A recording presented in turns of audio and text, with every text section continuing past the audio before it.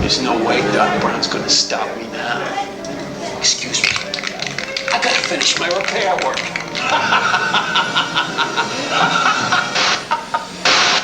Even though we have a little security problem on our hands, we must prepare you for temporal displacement. That's time travel to you.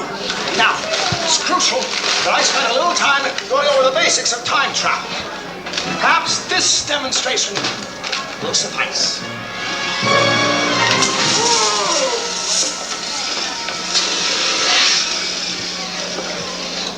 Figuring out the space-time continuum is tricky business, believe me, I know. And that's why I developed this, my ultimate scientific achievement. The new 8-passenger DeLorean time vehicle. It's faster, more energy efficient, and it's a convertible. I figured if you know what the weather's going to be like in the future, why not just time travel to the sunny days? Whether it's an intergenerational carpool or a quadruple date through time, this baby's got it. But it's only for those who take time travel very seriously. And that means you. But remember, this is all top secret. With Tannin on the loose, we can't afford to take any chances. Here it is.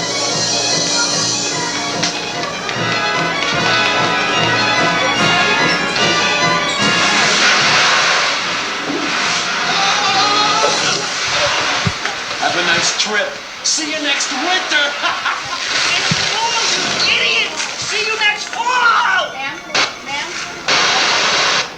I assure you this is hardly business as usual here at the Institute. Okay, next row, please. Come here. Okay, now this car. I'm all the way in. For the next one. No, it really is. The best car of the house. I always like to tell people that. Car 6, because it is the rockiest, shakiest car we have. And it also has the best light. When those double doors open, all the way in. Get your cards to the gate or the front. Dear time travel volunteers, I can give you your pre-flight briefing. There's a lot you'll need to know if you're to successfully cross the space-time continuum. We'll have to hurry, though. With Biff still on the loose, anything could happen.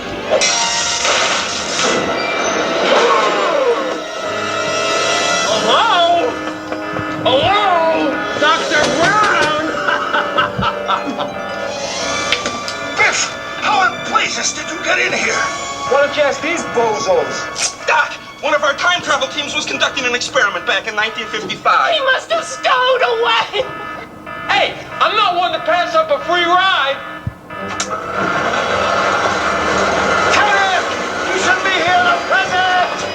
We've got to get you back to 1955, or we could create a major paradox! Oh, don't worry, Doc. I'll go back.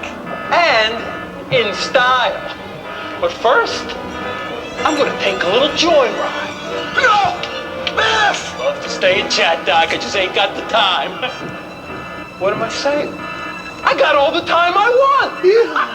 Unlock these gates, Tannin! Hasta la bye-bye. Holy row!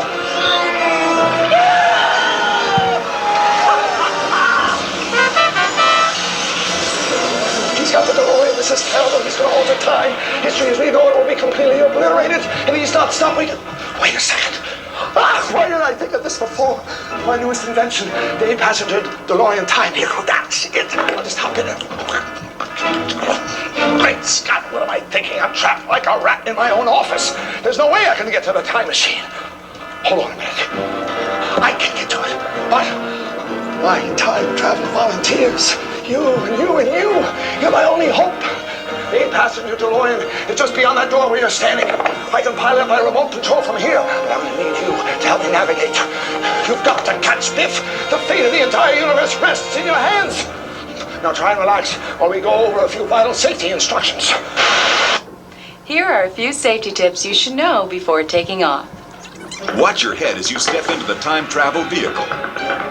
Once in, slide to the furthest seat. Adults, watch your head as the ceiling slopes down in the back. Remain seated.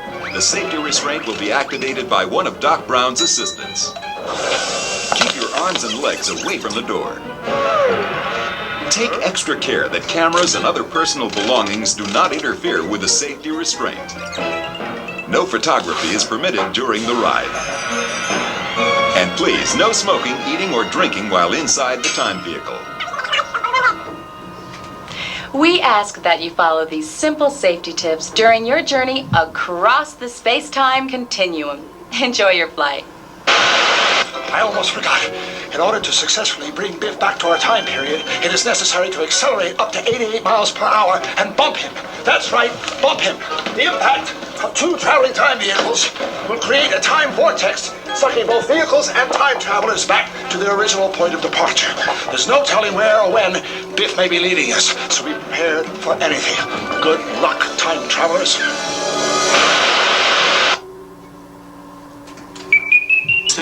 No matter, we're on a mission of universal proportions. Doc, Biff has passed through the space-time continuum, but we've got no way of knowing where he is. You mean when he is? And we do have a way of knowing when he is. The 8-passenger time vehicle is equipped with a sub-ether time tracking scanner which will allow us to track Biff to his precise location at the precise moment in whatever time period.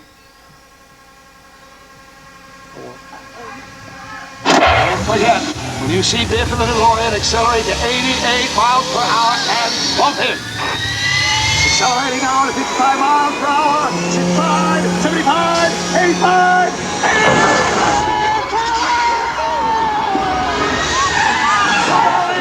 2015. This Biff, it's gonna blow. Oh, Doc Brown. What do you think? Gotta get some gas, Doc.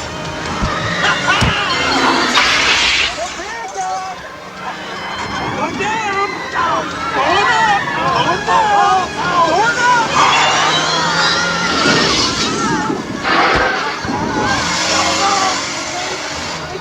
Great Scott. It's in the house, right?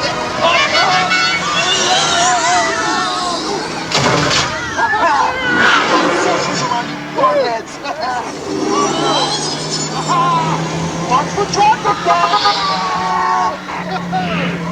I think you got him!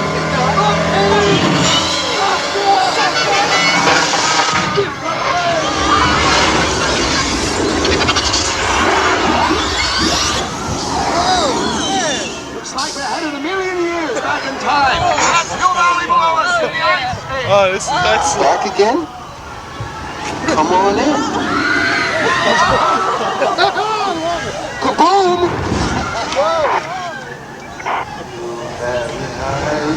Squad heads.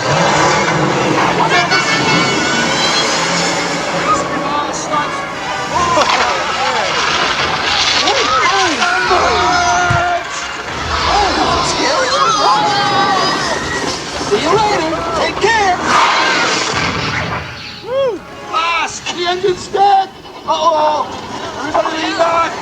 Holding right. Wait. Hold on. Hold on. Come on, baby. Start. I'm going back. Hang in there, all. Toward that volcano. Hello, buttheads. Excellent. Hey, you guys don't know when to give up, do you? Prepare yourselves, people.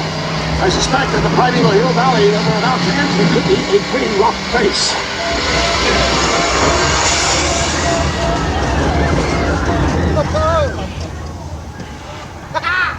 Hello? Anybody home?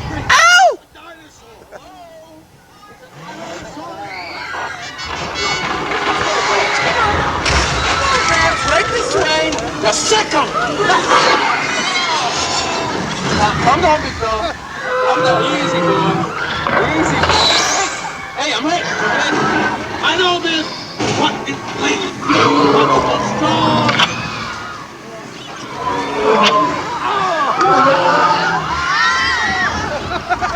You've been strong.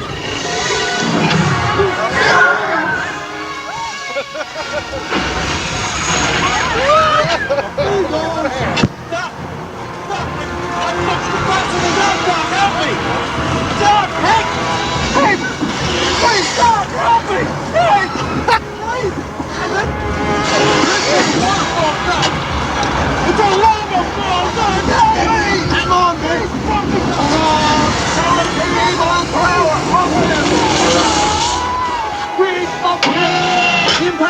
two vehicles should send us straight back to the Institute.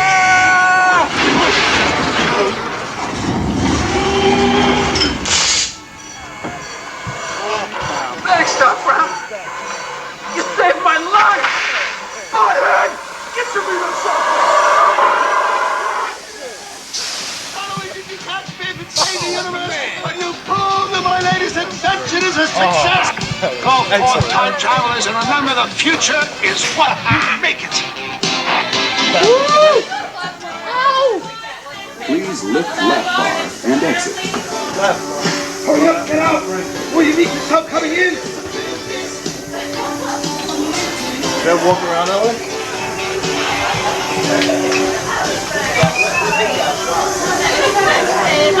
We're leaving Amblin. This has been your home since '84, right? Yeah, this has been, I built the building in, began it in '83, and we finished it like 8 months later in '84. I think because with the BFG opening, the idea was, where are your old stomping grounds? Get it? Stomping grounds. Well, I have not left Giant Country since I entered Giant Country, which was here at Universal Studios. This has been my Giant Country. I've always said that this is, Universal's been my ancestral home all these years. Are the stories true that you used to sneak onto the lot here when you were a young guy? How old? Probably about 16. So you couldn't be tried as an adult at that point? No, I would have definitely been taken to juvenile court and gotten a suspended sentence for giving it a good try. But I wasn't caught, thank goodness. I had a pass for 3 days, and I just took a chance. And the guard would remember I had been here on 3 consecutive days. So you were regular? I walked in with no pass the 4th day, and he waved me through, and it was that way for the next 3 months of my summer vacation. Really? This is how I spent my summer vacation. Just coming in, and what would you do? I would just watch television shows being shot. I would go all around the lot, watching the kind of coordination on a set. Just watching, everybody knew what they needed to do, and they did their jobs, and it was very much like a kind of team sport. Did you see any filmmakers that you admired? Hitchcock, but I got thrown off that set very quickly. I was on the Torn Curtain set for about 10 minutes before someone came and told me to leave. Did you get to see him? I got to see Hitchcock and Julie Andrews, but I was on the Phantom of the Opera stage. They were far away, and I had just come through an entrance. I was at the back of the theater. There were 500 extras in the seats. That's when an AD or a second, maybe even a third AD, got kicked off by a third AD. So they said, show me your papers? Or just said, why are you here? And I said, I'm just here to watch. And they said, well, no, this is a closed set, and that was the end of it. This is Courthouse Square. This is where we shot Back to the Future, and that was the clock tower. There's the time already set on the clock tower. But this existed before Back to the Future, right? It was... yeah, this was always here. We just used what was available to us. But that gas station we put in for Back to the Future, too. Was it used for a lot, just random TV shows and movie sets? Anything? Oh, this has been used for everything. This has been used for television series, movies. Before Back to the Future, did it have a most famous use? It was used, I think, To Kill a Mockingbird shot a little bit here. There were a lot of television shows that shot here, but this is most known for Back to the Future now. At least that's what the trams say. The tour guides tell everybody this is most known for Back to the Future. We like that. You gotta watch out. There's so many tours here now. Yeah. It used to be just I could just slip up and down these streets, but I know how to get there because I go up Steven Spielberg Drive. That's good. Right yeah, here. You know that one. I know how to get up there. I love being bifurcated with Jimmy Stewart. That's a great honor, actually. Having The corner of Stewart and Spielberg. I love that. That's one of the greatest honors of my life, is being able to share a street sign with Jimmy Stewart. So this just goes up, and these were all. Remember how many westerns they made in the 50s and 60s? So these were probably the most utilized backlot in history was back here, and they were just western streets as far as the eye could see. Even more in the old days that were taken down for other sets. So it goes from western to kind of Spanish. Sort of Mexican style architecture. If you're This is south of the border exactly. kind of thing. And then this is Jaws. I'll tell you, the orca used to be right there. I tell you that story? No. In one of our many interviews? No. The orca was here. The orca original right here. orca? The original orca was here. And I used to come out for about a couple of years after I made the movie to get over my PTSD. I would work through my own trauma, because it was traumatic. From making that film? Sitting in that boat alone for hours. I would just sit in that boat alone for hours, just working through, and I would shake. I'd get in the boat and my hands would shake. And then I was fine, and 5-6 years went by. I hadn't seen the boat in 5 years. Decided to just come back and revisit it. It was gone. Somebody, unbeknownst to me or Sid Sheinberg, who ran the studio, had torn it up and just thrown it away, thrown the entire boat away. Because they said there was dry rot, there were termites. Well, of course there were termites and dry rot. I'm going to actually ask them to rebuild it and put it back here. I'm going to actually see if they'll do that, because the tourists would love to see the orca. So it was just a chance to kind of commune with that experience. And and the experience was very good to me, as you know. The experience gave me complete freedom for the rest of my career. The amount of success the film enjoyed just gave me final cut. It gave me a chance to tell my own stories. Steven Spielberg Drive is a long road. It's a long road. It's a long and winding road. Suddenly I feel like I'm doing a James Corden interview. Exactly, yeah. We'll start karaoke soon. There we go. So you know what this is? This is How the Grinch Stole Christmas. This is Ronnie Howard's movie, How the Grinch Stole Christmas, which is very, it's nice they kept this up. Yeah. And then right around the corner is the infamous Bates Motel. There it is. And it hasn't changed very much, same color. They haven't even repainted this place. I think they've replaced some light bulbs, but this was just an amazing piece of art direction. To have this here and have the, Norman Bates' mother's house right up there, it's pretty extraordinary. And it all seems so small now, When you see the movie, it all looks bigger.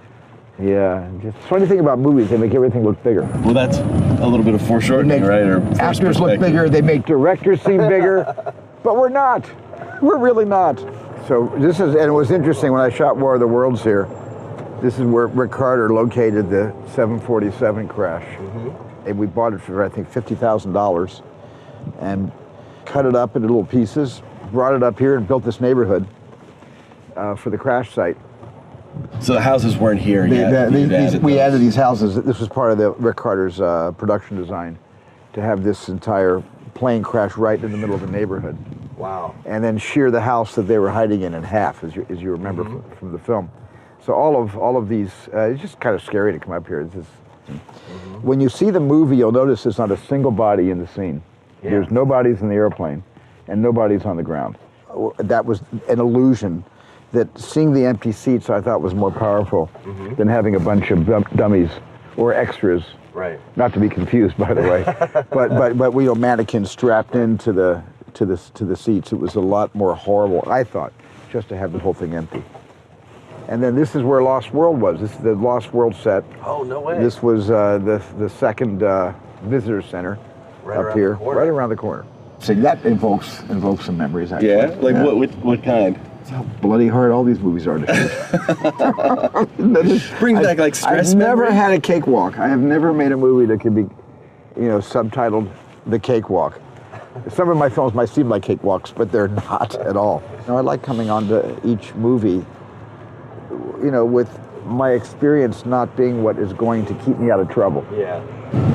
That's how you mix it up, how you can stay fresh, right? Yeah. I think you told me before, Spielberg's nerves are a good thing when you're filming, right? Nerves are good. They're good. The announcement Indiana Jones 5 is coming out. Well, You've heard about that, right? Yeah, somebody told me I'm scheduled to make one of those again someday, but that's not for a couple of years. And Ready Player One in between that? And Ready Player One is what I'm going off next month to do. When you were prowling around the studio as a 16-year-old, were there things you learned that became valuable, or was it more just inspiration? I basically took a master course in film editing because it was a lot harder to stay on a set for an extended period of time without me being questioned, what am I doing here? But the editors embraced me, and all of them did. I probably learned more in editorial sneaking around here than I did on any soundstage. How did you introduce yourself to them? Like, you just come in? I told the truth. I told the truth. I told all the editors I was unofficially here to learn how to be a director. And nobody blew a whistle on me, and they liked having me around, and they played a couple of jokes on me. Like the day they asked me to go like down to an editing room and take a film bin, a 16mm film bin out of that editing room and bring it to the main lobby. And I did it because it was suddenly somebody's asking me to do something. Good job. Great thing, I got a job. Great, so I ran into the room and there was some guy half naked, you know, behind the moviola. He had no, I don't know if he was dressed from below the waist, he just was totally stark naked from the waist up, and he was cutting on this thing. I said, excuse me, and I took the bin out of the room, and the guy stands up, starts shouting at me, using a lot of inappropriate language, and I immediately recognized him. It was Marlon Brando. I ran out of the room without the bin, and the editors were suppressing their laughter because they didn't want to be heard by Brando, but they were on the floor, they were rolling on desks, they were laughing so hard. What was going on? Brando apparently was cutting a documentary on Tahiti, and they had right. lent him a room, and they played this, they kind of, I guess, punked me. So he was in there. Punking days. He was in there going tribal, and they just sent this kid in tribal. to disturb him. When he stood up, I think he was wearing bathing trunks. But that was the only time I ever saw Brando in the flesh. You get to see a lot of him. Okay. Thanks, Stephen. Thank you. This is really fun.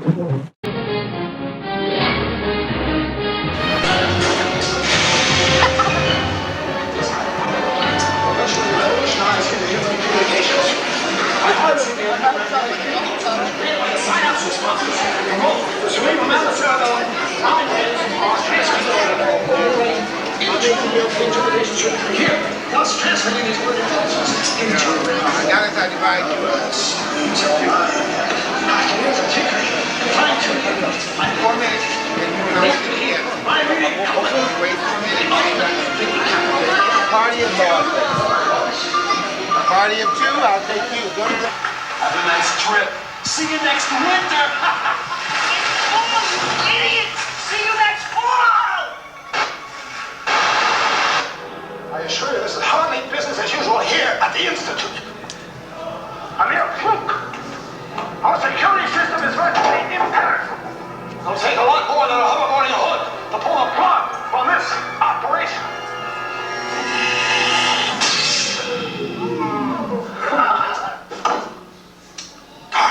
Dark.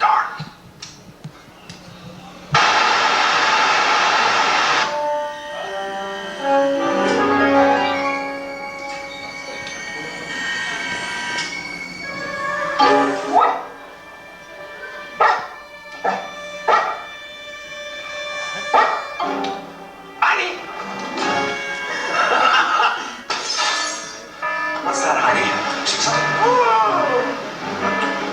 Great Scott! Seems we have a trooper alert. All sectors report in immediately. Quadrant 1, check in. Quadrant 1, locked and secured, Doc. Level 2, check in. Locked and secured, Doc. Section 3, check in. Sector 3, locked and secured, Doc. Zone 4, check in. Zone 4, do you copy? I'm a butthead. Jumping gigawatts, it's Biff. I'm sorry, folks, but we're currently experiencing an unprecedented debilitation of our security systems. In other words, we've got problems. All right, there's only one troublemaker who can throw a monkey wrench that works like this. Biff, Tanner, do what I'm doing. Congratulations. All right, volunteers now.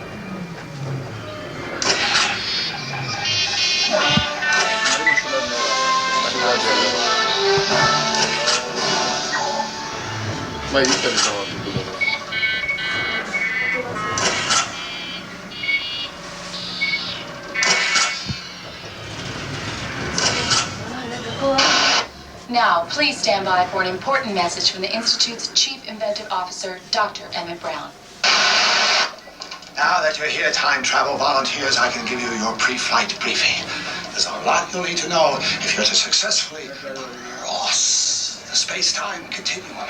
We'll have to hurry, though. The Biff's still on the loose. Anything could happen.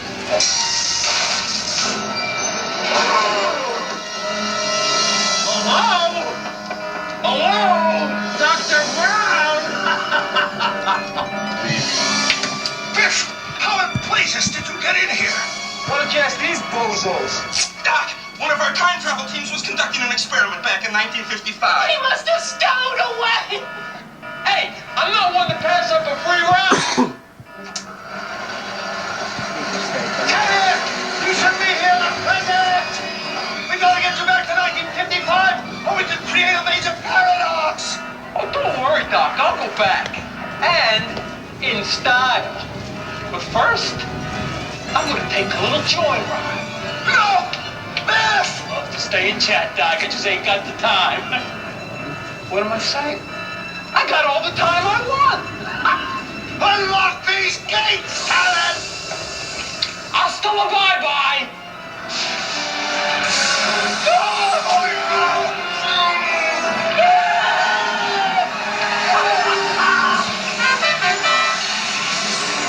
He's got the DeLorean. This is terrible. He's got all the time. History as we know it will be completely obliterated, and he's not stopping. Wait a second. Why did I think of this before? My newest invention, the 8-passenger DeLorean time hero. That's it. Just hop in it. Great Scott, what am I thinking? I'm trapped like a rat in my own office. There's no way I can get to the time machine.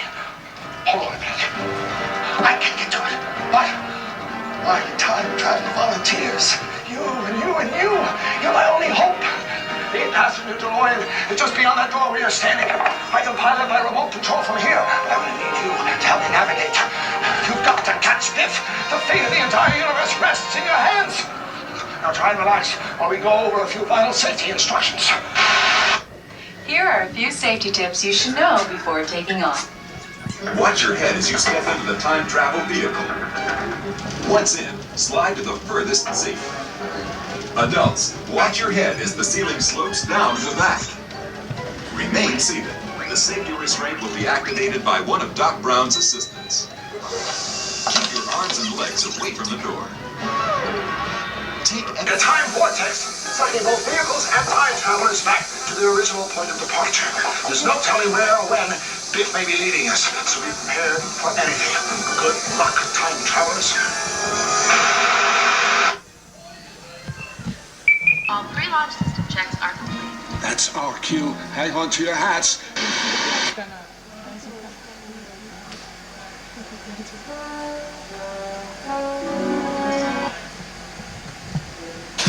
Don't forget, when you see Biff in the DeLorean accelerate to 88 miles per hour and bump him.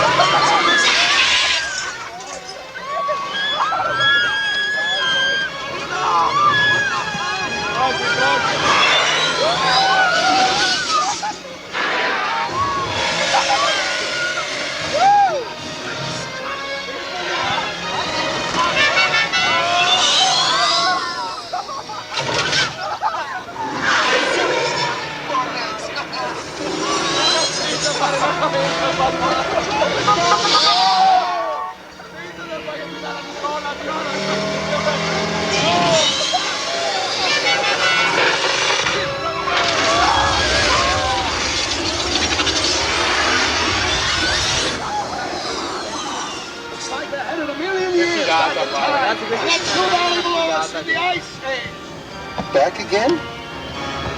Come on in. Kaboom! Árale, máquina, tú te la.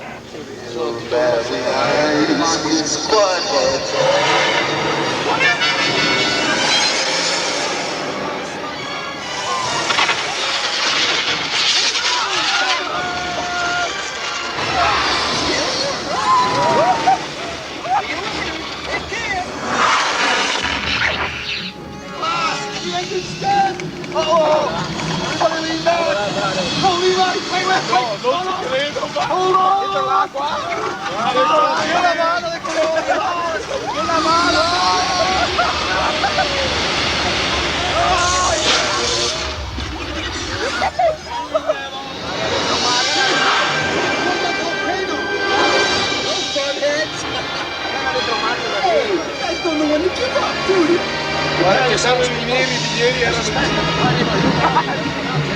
Gratis on my face.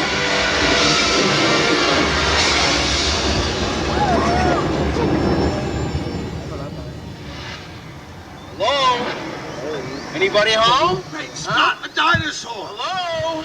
It's a Tyrannosaurus Rex. Right this way. A sickle.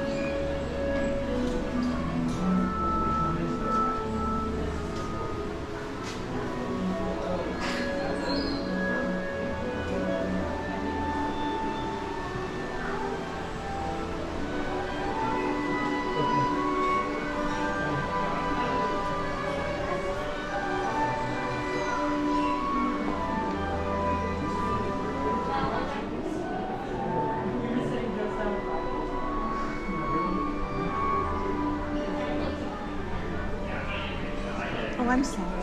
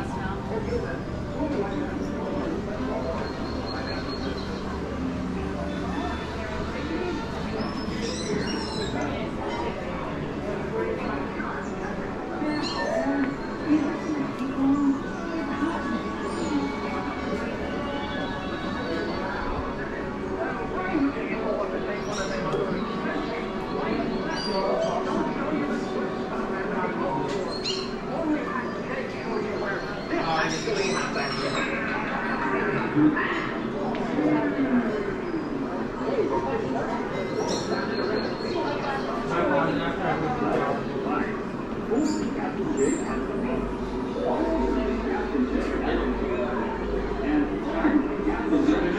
water. And then drinking the boiled water.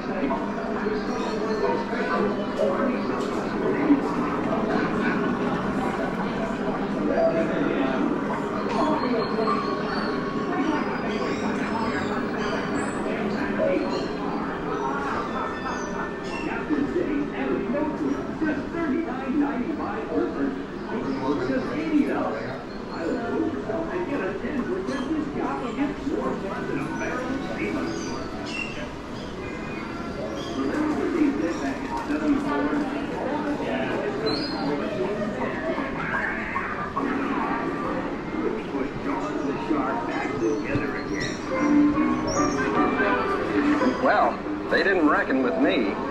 Chester W. Pettingill, taxidermist extraordinaire.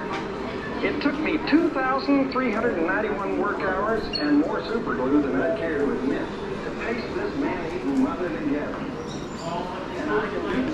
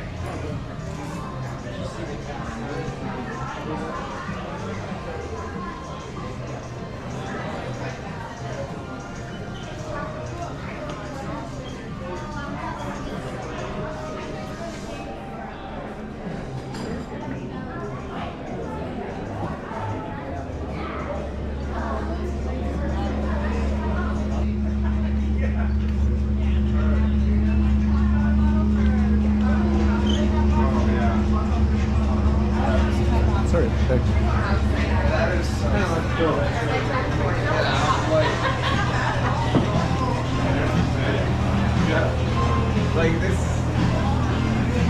How about the song, huh? Oh, man. Yeah. What are the talking about? Just look.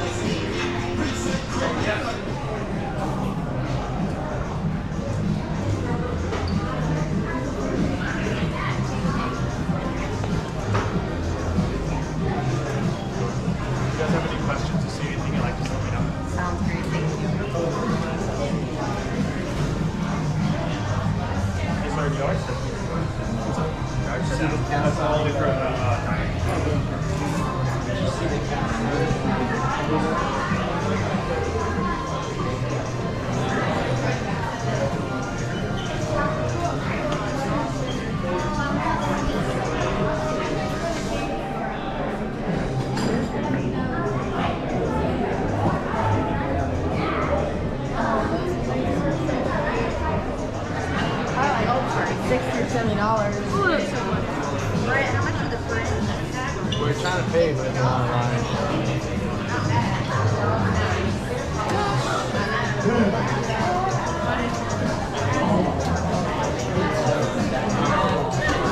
Maybe like you're doing this to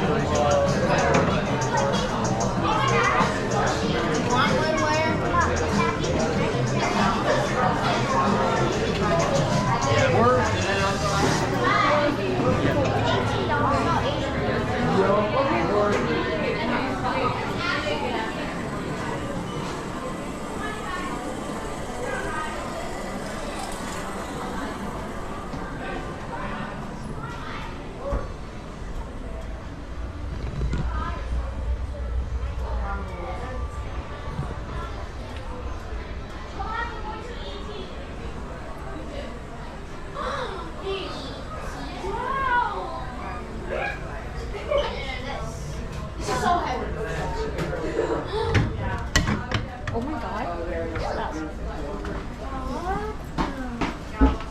Let me try this.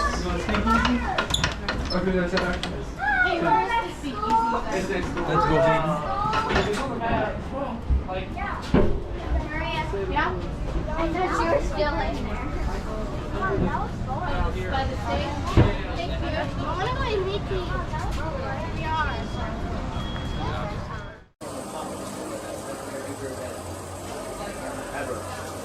Is that what that means? Yeah. Oh my god. It's a bad saber, sorry.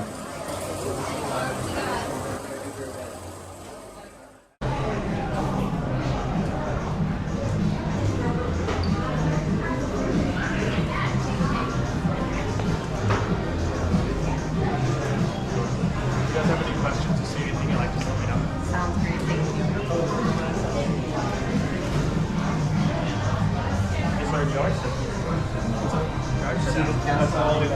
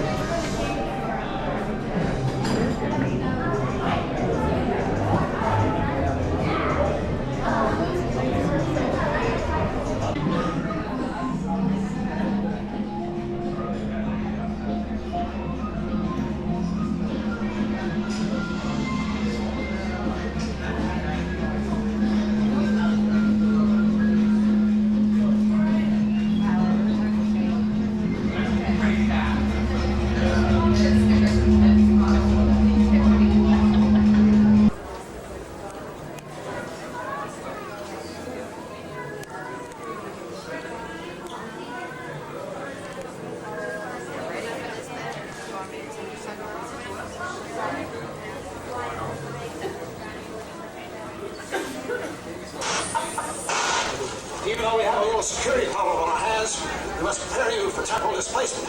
That's time travel to you. Now, it's crucial that I spend a little time going over the basics of time travel.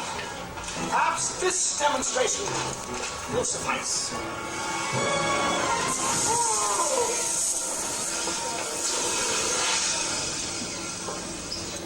Figuring out the space-time continuum is tricky business, believe me, I know.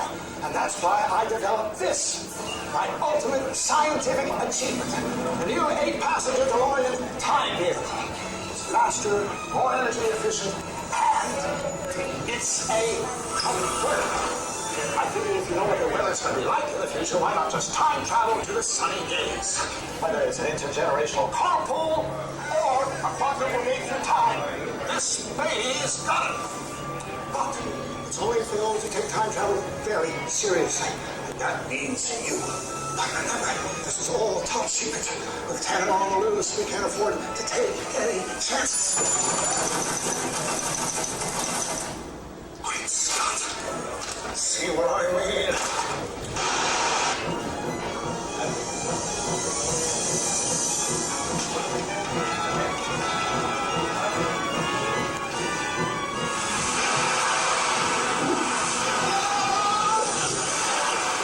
Have a nice trip. See you next winter. It's fall, you idiots! See you next fall! I assure you this is hardly business as usual here at the Institute. I mean a fluke. Our security system is virtually impenetrable. It'll take a lot more than a hoverboarding hood to pull the plug on this operation.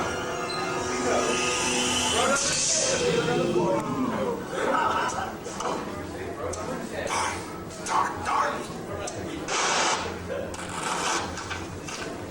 We are currently experiencing a systems failure in our security network. Time travel volunteers, please stand by. Dr. Brown will be with you in just a moment, and we will begin preparation for our journey one day into the future. The new 8-passenger DeLorean is currently running its pre-time travel systems checks, so please stand by.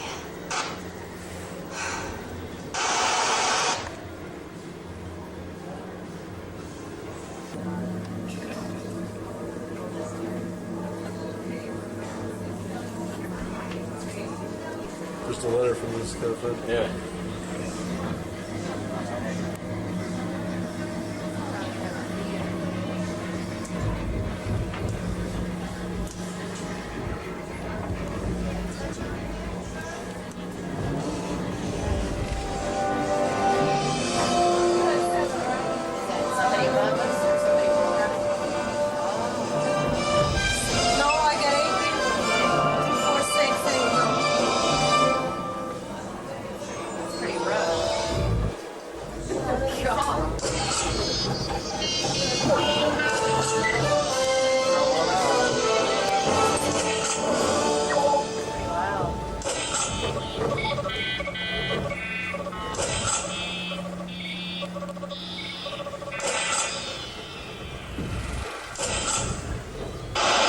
Now, please stand by for an important message from the Institute's Chief Inventive Officer, Dr. Emmett Brown. Now that you're here, time travel volunteers, I can give you your pre-flight briefing. There's a lot you'll need to know if you're to successfully cross the space-time continuum. We'll have to hurry, though. The Biff's still on the loose. Anything could happen.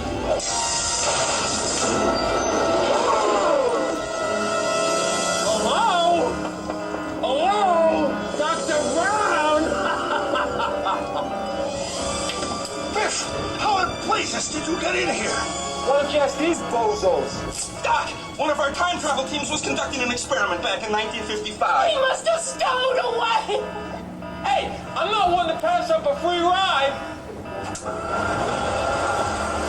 Ted! You should be here the present! We gotta get you back to 1955 or we can create a major paradox! Oh, don't worry, Doc. I'll go back. And in style. But first, I'm gonna take a little joyride. No! Biff! Love to stay in chat, Doc. I just ain't got the time. What am I saying? I got all the time I want! Unlock these gates, Ted! Hasta la bye-bye!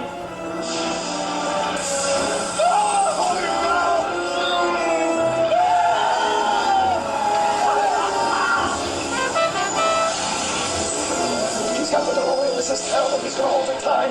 History as we know it will be completely obliterated. And he's not stopping. Wait a second. Why did I think of this before?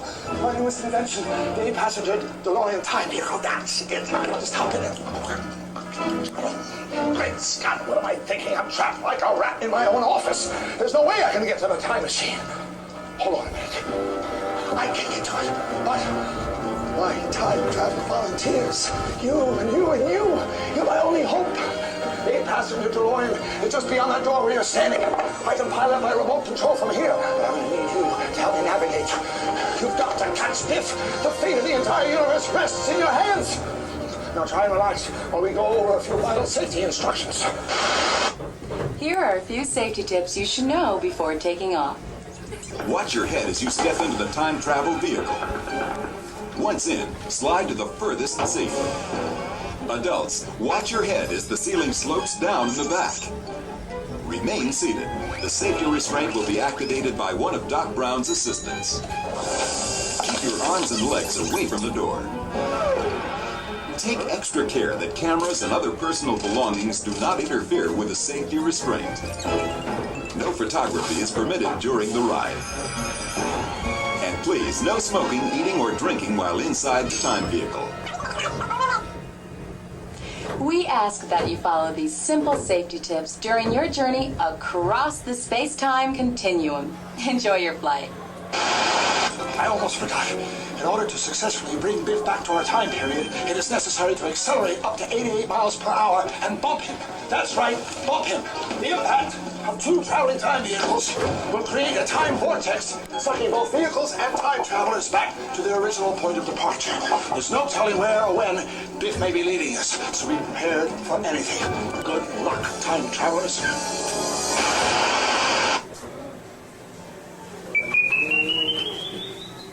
Biff has passed through the space-time continuum, but we've got no way of knowing where he is. You mean when he is? And we do have a way of knowing when he is. The 8-passenger time vehicle is equipped with a sub-ether time tracking scanner which will allow us to track Biff to his precise location at the precise moment in whatever time period he may have traveled to. Doc, all pre-launch system checks are complete. That's our cue. Hang on to your hats.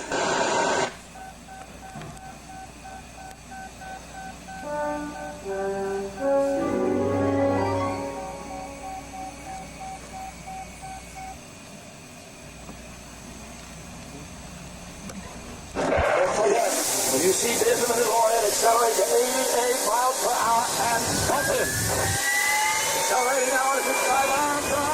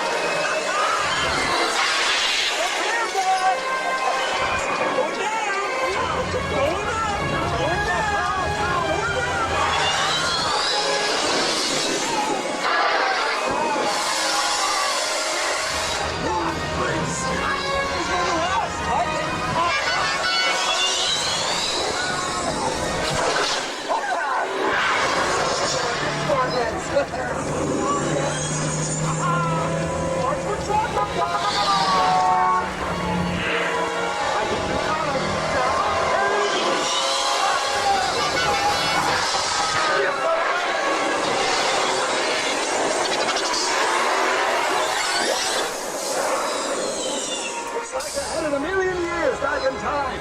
Too many below us in the ice age. Back again?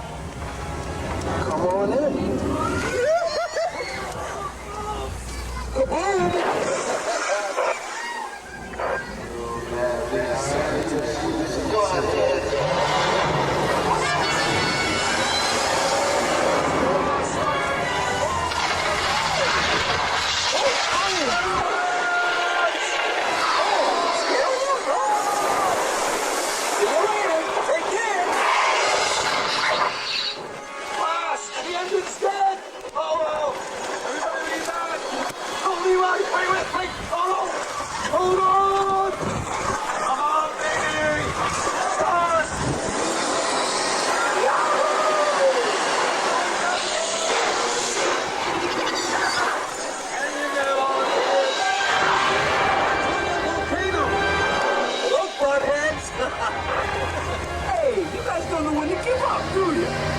yourselves, people.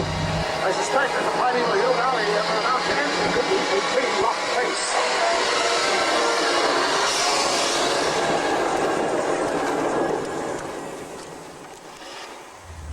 Hello? Anybody home? It's not the dinosaur. Hello? It's a dinosaur. Come on, man. Break this way. A second. Calm down, big fella. Calm down. Easy, boy. Hey, I'm ready.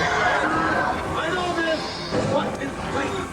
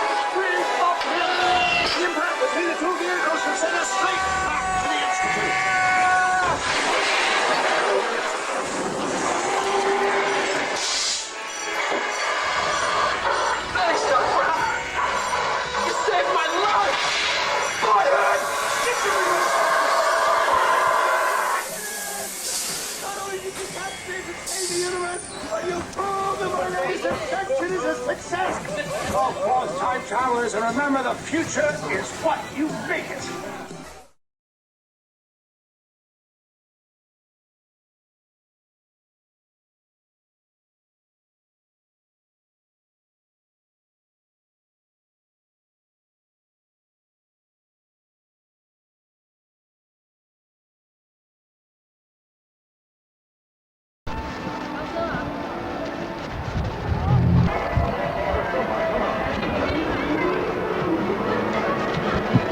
You'll see this house, the house of John Belushi. Climbed up the ladder to check out the sorority girls, the National Lampoon's Animal House. Off to the driver's side, you'll see a gray house, 1313 Mockingbird Lane, home of the Munsters. Also off to the driver's side is the pale yellow house. It's the home of the Hardy Boys and Lassie, so those classic TV shows. It's also where Macaulay Culkin started that music video for Michael Jackson, Black or White. This pale lavender and yellow house off to the driver's side, numbered 103, is the home of James Gardner and Doris Day. The thrill of it all. James Gardner drove his convertible straight through that driveway and straight into a swimming pool. Now I'd like to welcome everyone to any town. Fond memories for you. This is where they filmed Leave It to Beaver. As we swing around, you can look off to the driver's side once again. You'll see a brick building labeled Town Hall. That used to be the schoolhouse for the Bee in Leave It to Beaver. Nowadays we use it as downtown Cabot Cove, Maine for Murder, She Wrote. And for a brand new Amblin production, a movie called Casper, which will come to your theaters very soon.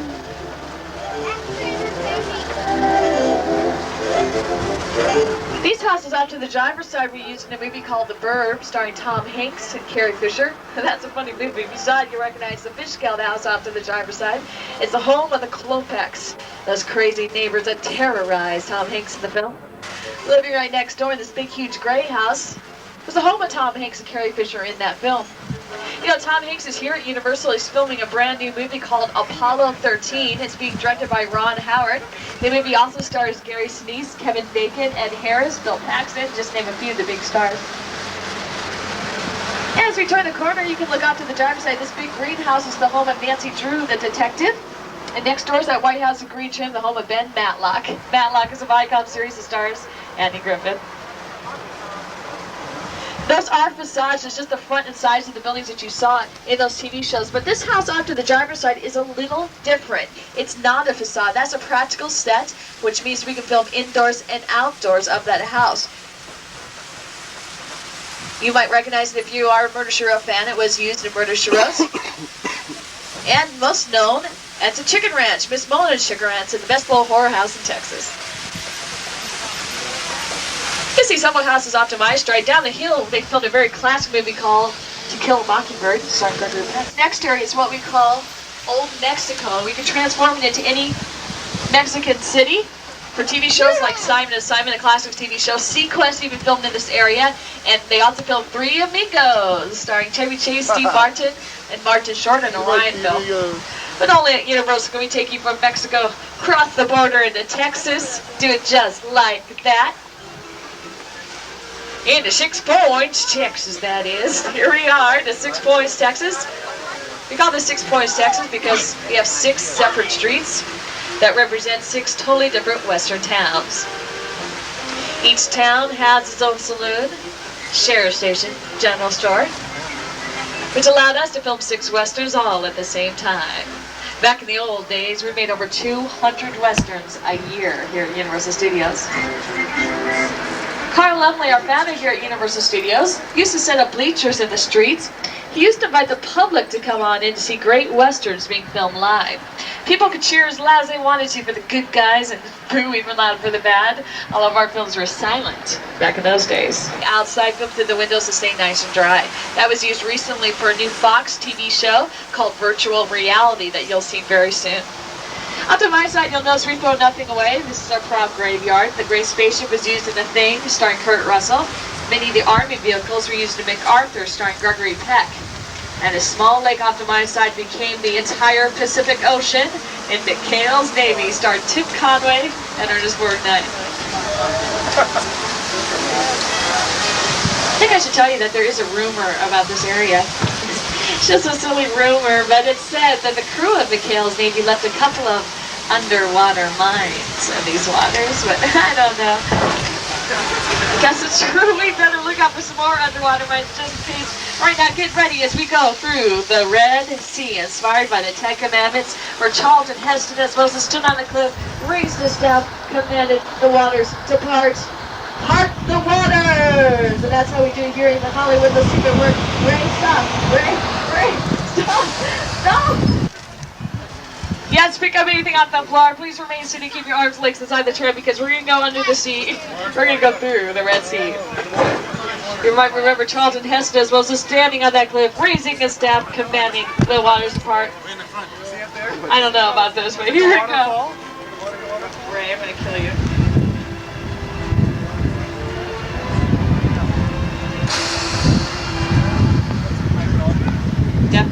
Definitely pick up stuff off the ground. Okay, I'd like to go. This is the Red Sea, isn't this just great? Let's get out of here.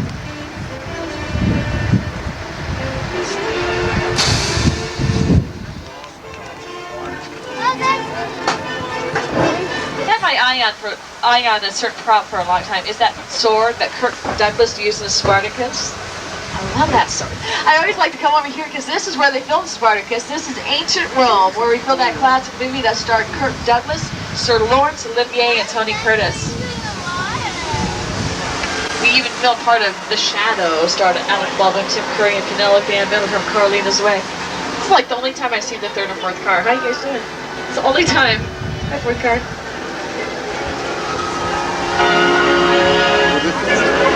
Shadow. Now, it's no secret that we go to many exotic locations to film movies and TV shows, but to be honest with you, Universal likes to save money whenever they can, and we stay right here in our back lot as much as possible. This next area comes in handy when we need a European setting. This is what we call Little Europe, and we can transform it into any European town. All we really do is change the language on the signs. This row we're on is the road Billy Crystal, Bruno Kirby, and Daniel Stern are charged by the bull for the Castle film City Slickers. On to my side is yet another very classic location. This is called the Court of Miracles, where just about every classic movie monster roamed the street. Band starring Lon Chaney, the Mummy, the Hunchback, and Frankenstein's monster himself, Boris Karloff, walked through that big huge archway, carrying a young child in his arms. You recognize this?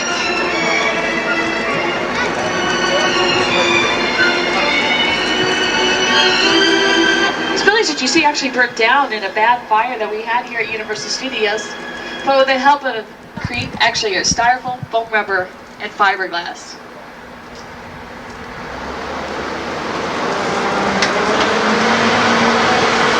Because of the rain, we do not have much going on our backlot except inside of the sound stages. We do have a lot of filming going on sound stages throughout our backlot and our front lot. Up ahead is Sound Stage 50. It's one of our biggest and oldest sound stages here at Universal Studios. We are currently filming our newest action-adventure film inside the sound stage. And of course, some of you probably have seen our newest action-adventure film, Street Fighter, starring Jean-Claude Van Damme. Well, this movie is much like that, and it's being filmed right now. The crew and the actors are on their first break, so Universal's allowing us to take you through, let you see what a real movie set looks like. Now, don't get too excited, the actors are not in here yet. It's just the sets, but take a picture, because when you see the movie, and I know you all will, because it's going to be a big hit released in August, you can tell all of your friends you're actually on the real movie set. I'll tell you more about the actual movie in a second. Let me point out a couple of things. This is a replication of a real subway station. Now, the movie is being filmed on location in New York City and San Francisco. This is only used for special effects scenes. Now, it's what we call a hot set, which means it's fully decorated and fully ready for filming. Those are the details that which make this a real pretty incredible. Now, I know you want to know the title of the film, so you know what that was just a little snap.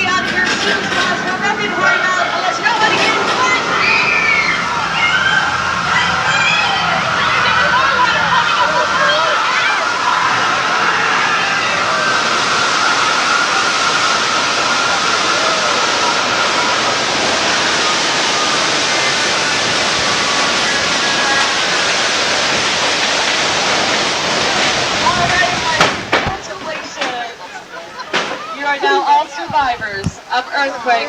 The big one. Earthquake simulates a devastating 8.3 earthquake. Of course, we staged that very safely for you, and that whole effect you just went through, everything you saw, resets itself in less than 30 seconds for the next unsuspecting traveler people. And you know that whole story about the movie filming in it, that was kind of a lie. Oh, it was worth it though.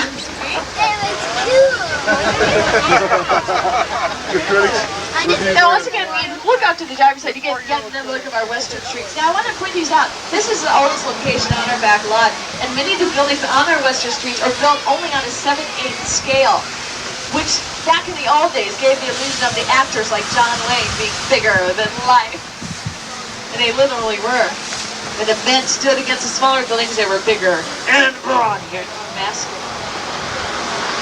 If you look out to the driver's side, there's a soundstage that we nicknamed the 747 soundstage. Inside we have two interiors of airplanes. So if you see a movie with the airplane in it, it was probably filmed inside that soundstage. The movies like Die Hard 2 were filmed there. Harry Met Sally was filmed in this area, inside that soundstage. And even so realistic, those airplanes were also used in airline commercials. Alright folks, we're going to stop telling you about history. We're going to take you back to the future. We're on that very road that Marty McFly, Doc Brown drove that old DeLorean 88 miles per hour to go back in time. Welcome to Hill Valley, everyone.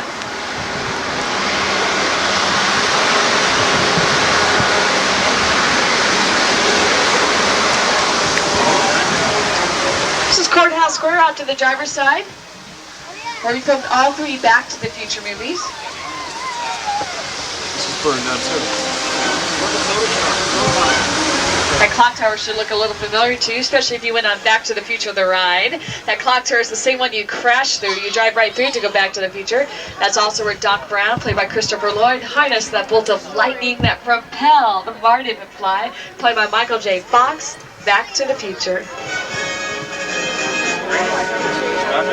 This is the most seen location on our back lot, seen in more movies and TV shows than any other location. This whole area was completely covered with artificial snow and seen in the opening scene as Sneaker, starring Robert Redford. If you saw the movie, it's on video, you can rent it. You'll see the young Robert Redford character running across this college campus, falling down in the snow. Well, you'll know, and only you will know, that's right here in our back lot, Courthouse Square.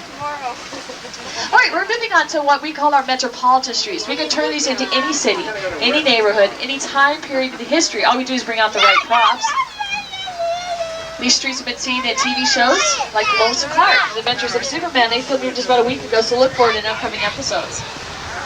Buildings are used for outdoor street scenes, but sometimes we need a little bit more control over lighting and sound and have to build entire sections of cities within sound stages, so get your cameras ready. I hear there's a lot of strange things going on inside the sound stage. I don't know about this.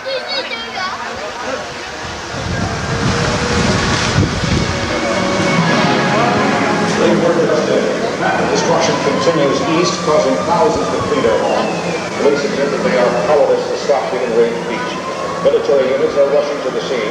The beast was last sighted near the 200 block of Old Fulton Avenue. Oh no, that's where we are. Coverage on the scene with our helicopter reporter, Kelly King. We're now hovering above the wreckage of a crushed L train. The helicopter beside us is searching for police. There's a tram load of people down there. We've got to go down and warn them. Attention, people on the tram. You are in danger. Repeat, you are. Don't have to go down and help them. You have to stay. I see a man.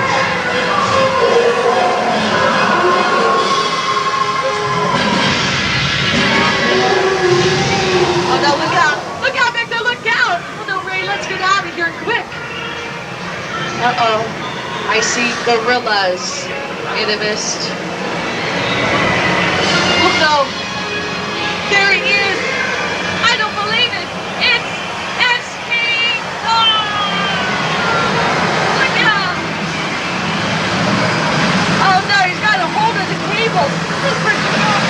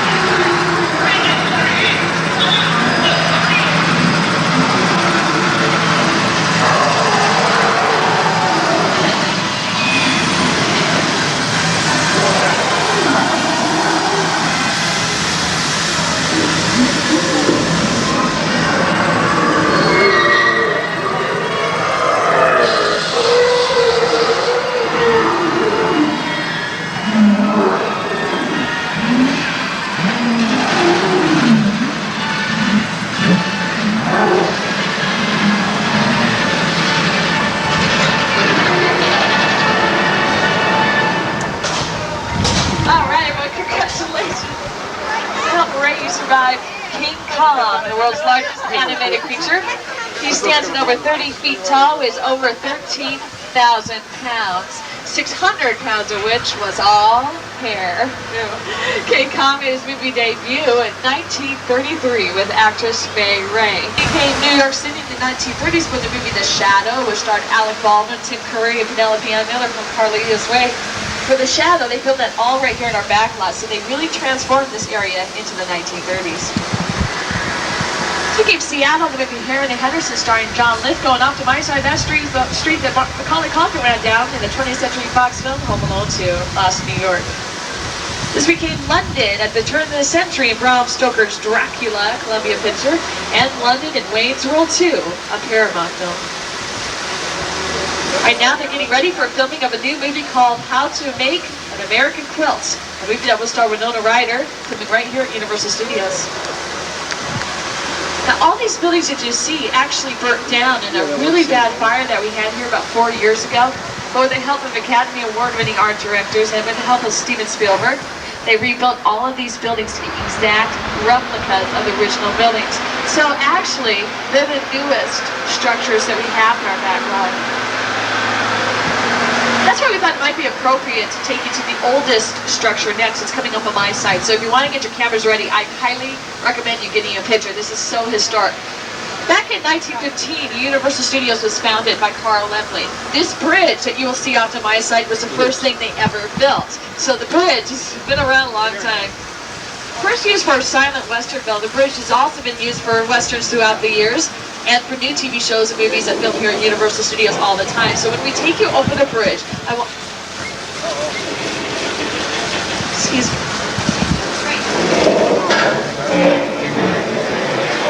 Folks around the able to take over the bridge today, I apologize. We're going to take a back road, a side road, to show you a great view of the backlot. He's just joking, you guys. We're not really going over the bridge. We're not going over this bridge. We're not... Okay, that's... Come on, Ray. We're not... Okay, this is part of the tour. Actually, we're supposed to go over the bridge. There's nothing to worry about. If you want to, look out to my side. Now, notice the backs of the facades that you see. They're made...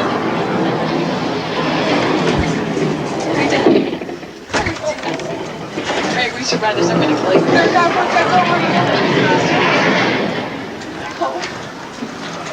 I'm so sorry. What's got in you, Ray? We could have died on that bridge. This is very serious.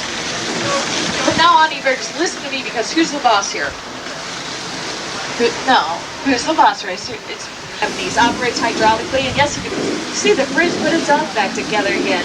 The bridge is used for TV shows like Quantum Leap, starring Scott Bakula and Steve Stockwell, The $6 Million Man, and The Bionic Woman.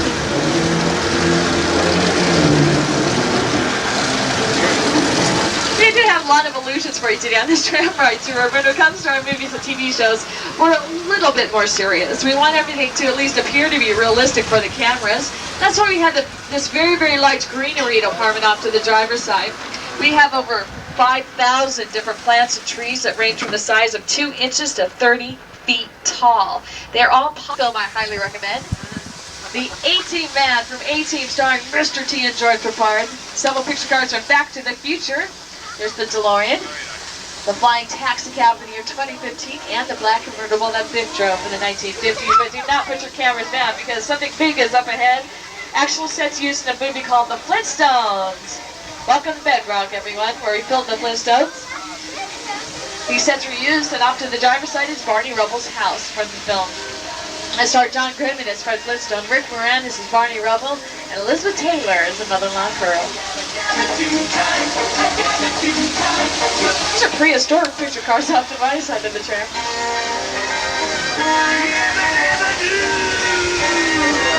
This side here. Here's the car. Now, The Flintstones was produced by Steven Spielberg, who directed the movie, the biggest one of all time. Onto the driver's side, some final picture car is the Jeep, the Tyrannosaurus Rex chased that hit movie, Jurassic Park. Ooh. Now on video, by the way.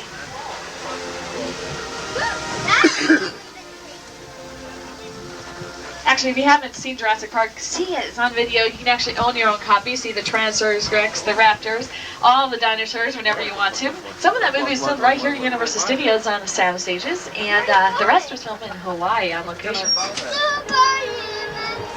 Our own concoction as a rainstorm provided by Universal Studios. Actually, the way we achieve this rainstorm effect is put sprinklers in the trees. We point them up towards the sky. When the water falls, it falls very... Do you hear that? You might want to point your cameras towards that tree, towards the top of the hill, and cover up anything that might get wet, because look out, there's a flash flood that's coming our way. A problem here in Hollywood right now. Uh-oh, watch out for the falling tree back there, second car. That's what we call movie making magic. You know, you might want to take a picture of that. You can go home to all of your friends who are in the middle of the floods here in Hollywood, which they won't be able to tell the difference between our flood and the real thing. The way we achieve this flash flood effect is dump 10,000 gallons of recycled water from the top of the hill. Same rainstorm effect we used in The River, starring Sissy Spacek and Mel Gibson.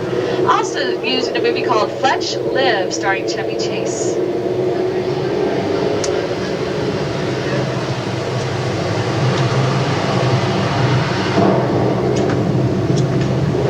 You might want to take your seats because we're moving on. Once again, you know, Chevy Chase filmed Three Amigos in this area that we call Old Mexico. Once again, look at these buildings. They are not real. In fact, all the buildings that you've seen today on the Backlot are fake buildings. Styrofoam, foam rubber, fiberglass. You can see a little bit of chicken wire sticking out there. What we call facades. Uh-oh. Her luck hasn't been bad enough. We are entering Amity, that small town terrorized by the great white shark in the movie Jaws. I told you we could check this out, investigate, get your cameras ready. You may see what I'm talking about. There are sharks in these waters. Wait a minute, what's George doing? That's our family fisherman George out there, you see him? He's been trying to catch Jaws in that small fishing pole, which is noble but crazy. And, whoa, wait a minute, Ray, stop. We need to warn George! Hey, George, there's a shark coming in, buddy! No, I'm not kidding, George. Really, there's a shark. Look out! Huh? A shark! What? A shark, George! Oh, no, help, help, help! Oh, George. She had a lot of guts, didn't he? Oh, good. See that yellow float attached to the pier out there in the middle of the lake? Look, come straight out towards the float. If Jaws takes a shark, you just might get a picture of a great white. Why is that music playing? What is that music playing?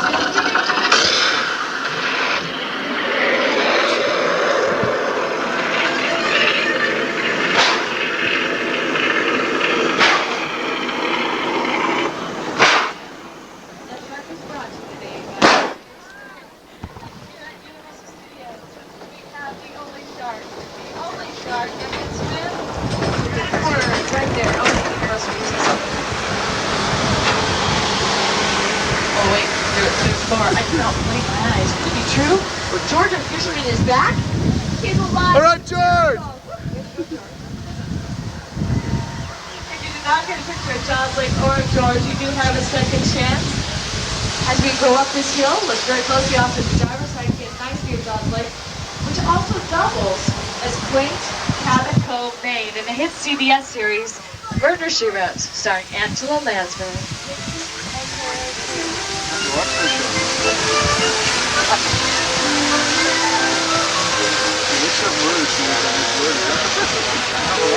Murder Show fills right here at Universal Studios at all times.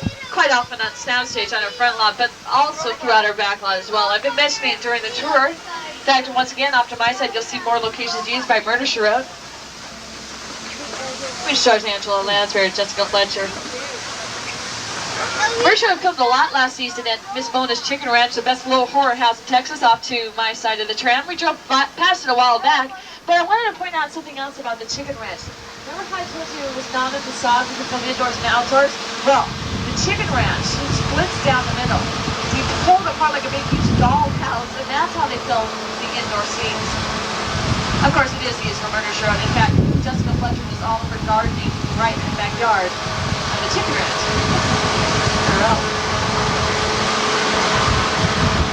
This is actually a replication of a real chicken ranch in Austin, Texas, and the establishing shots for the Federal Horror House in Texas were actually filmed in Texas. As we're going to hear what's off to my side, actually the driver's side, this is a big brown house. That is a very old house, the House of Seven Gables. It's an old horror movie that starred Vincent Price. And speaking of horror movies, with this raid, I'm in the mood. I am in the mood to tell you the story. Now, I'm not supposed to tell you the story. I could get fired. Universal would like to forget what happened on this road 30 years ago, but I can't forget. You must know. It's very bad. It was about 30 years ago. I remember it well. It was a dark and stormy night. And this young woman named Mary Crane, nice lady, driving all alone on this very same road. Well, she was looking for a place to stay for the night, and she found one too. It was a small motel with 12 rooms, 12 vacancies. It was run by an odd little man named Marvin Bates. She checked in, but she never checked out. Get your cameras ready, because there it is off to the driver's side, that very famous house from the movie Psycho. I told you we'd go closer up, so get your cameras ready. We're going to go straight up to the Psycho house and the Bates Hotel. Psycho House was built on a 3/4 scale. Alfred Hitchcock wanted to create the illusion of the Psycho House being much further away from the Bates Hotel than it actually is. And off to my side, you'll see the Bates Hotel. It's what we call a facade, and it was only used for outdoor scenes. As you turn the corner, you get an excellent view of the Cycle House in the background. You can even see the top window of the house where Mother used to sit and rock her. I'm sorry. I just thought I saw someone in the house. Did you see that? Look at me like I'm crazy. I'm used to that. I've seen something in the house 4 days in a row. I tell the driver, hey, you're naughty. And then they laugh in the break and they call me names, right, Ray? Yeah. Do me a favor. Look out to the driver and say, look at that top window. Do you see what I saw? Please tell Ray.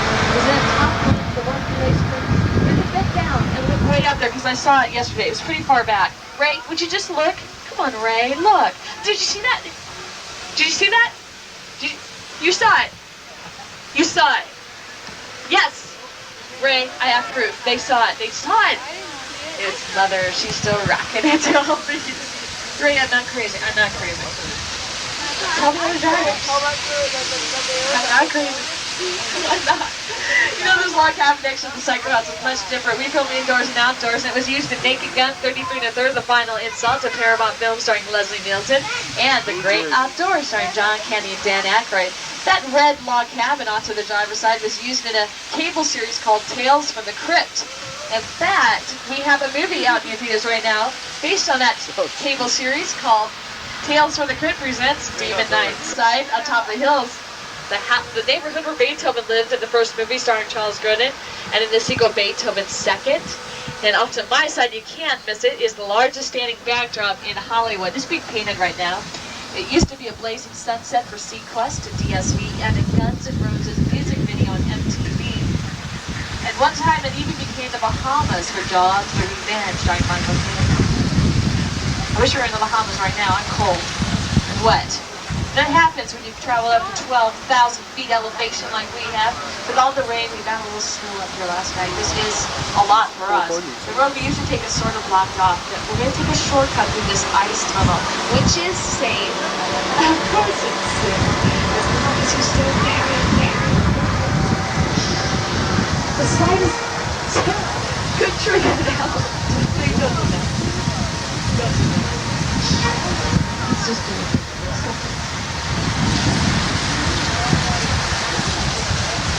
Be quiet. I said, shh.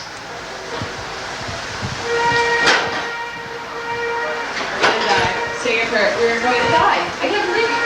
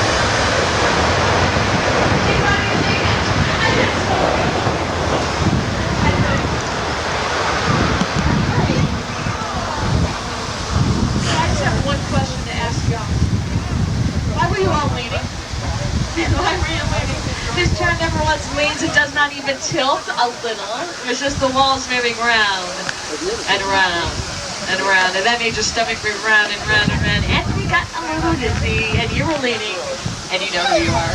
Don't feel bad because we go through this 5 to 6 times a day. You think we would catch on by now, but no.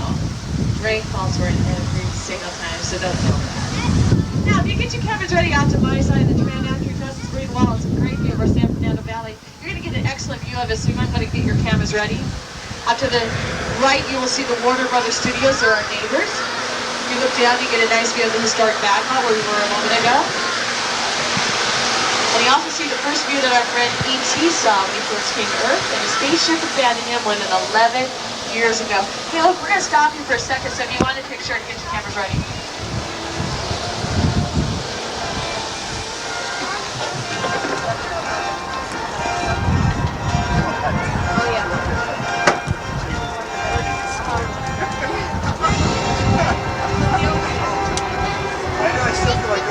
Until Jurassic Park came along, E.T. was the #1 box office hit of all time. It had been for over 11 years. So impressive. Then Jurassic Park opened, things changed big time. Within only months, it moved up to the #1 spot. Took it away from E.T. Well, folks, the tram tour is almost over. You might want to pull out your show schedules and your maps and decide what you're going to see next. There's so much to do. You want to plan ahead. If you want to stay up at the Entertainment Center where you're at right now, we're going to show you some special effects today. In fact, we're going to show you some movies and television clips and show you the special effects up on the screen first, how the special effects looked on the screen, and then we're going to demonstrate how those effects were done right here on stage. I should say you're going to demonstrate them, at least you're going to help out. Welcome to the world of Cinemagic. If you want to take pictures, it's all presented by Eastman Kodak, so please do. Take all the pictures you want as long as they're not for commercial use. Flash is okay, video is okay. We do ask you not to use video lights or any continuous lights or lights that stay on for a couple of seconds. Don't use any of those. They do tend to interfere with some of the effects. Okay? All right, let's start by going back to the future. You remember Doc Brown's amazing atomic-powered car, don't you? Are you telling me that you built a time machine? What, a DeLorean? Oh, talking about your turbos, this car could travel through time. And when Doc Brown said the DeLorean could really fly, well, he wasn't kidding. And getting all these shots was not easy. We had to use a lot of different kinds of DeLoreans to get all the shots for the DeLorean shots on the screen. Now, if you look over here, you'll see a, well, kind of a nice looking DeLorean, right? Well, the truth is, this is not a real DeLorean. This is a fiberglass mock-up. It looks great, but it's just a shell. You can't drive it because it doesn't have an engine. You can, oddly enough, fly it, but only if you have the right equipment. And that would be either a crane or maybe even a forklift. Now, in some scenes, we couldn't use a full-size DeLorean at all. We had to cut to a pint-sized miniature. Highly skilled craftsmen built this incredibly detailed scale model. It's computer-controlled, and it cost $115,000. And here it is.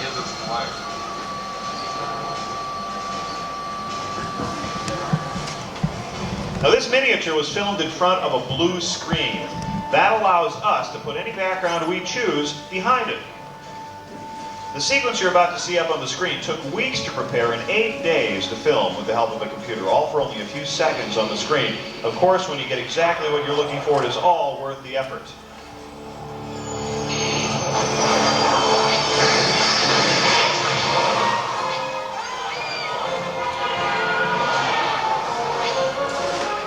Well, let's see, we have Doc Brown, Jennifer, and Marty in the DeLorean here, right? Well, so it appears. The truth is that they're not really in a DeLorean. They're in the interior of a DeLorean. And that is mounted on a device called a gimbal. A gimbal creates the illusion of motion. We had some weather effects and lighting effects on top of that, and the illusion is complete. We're going to recreate that scene for you right here on our stage in a moment or two, but I've just been informed we need to find somebody to play Doc Brown. Daryl didn't quite make all the requirements. I said they were specific, and they're darn careful about that. Need to find somebody between 5'8" and 6'2".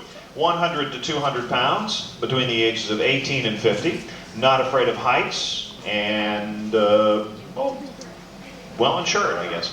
Who'd like to be Doc Brown for us today? You want to give it a shot? You sure? You fit all those requirements, right? Okay, what's your name? Kenny, where are you from?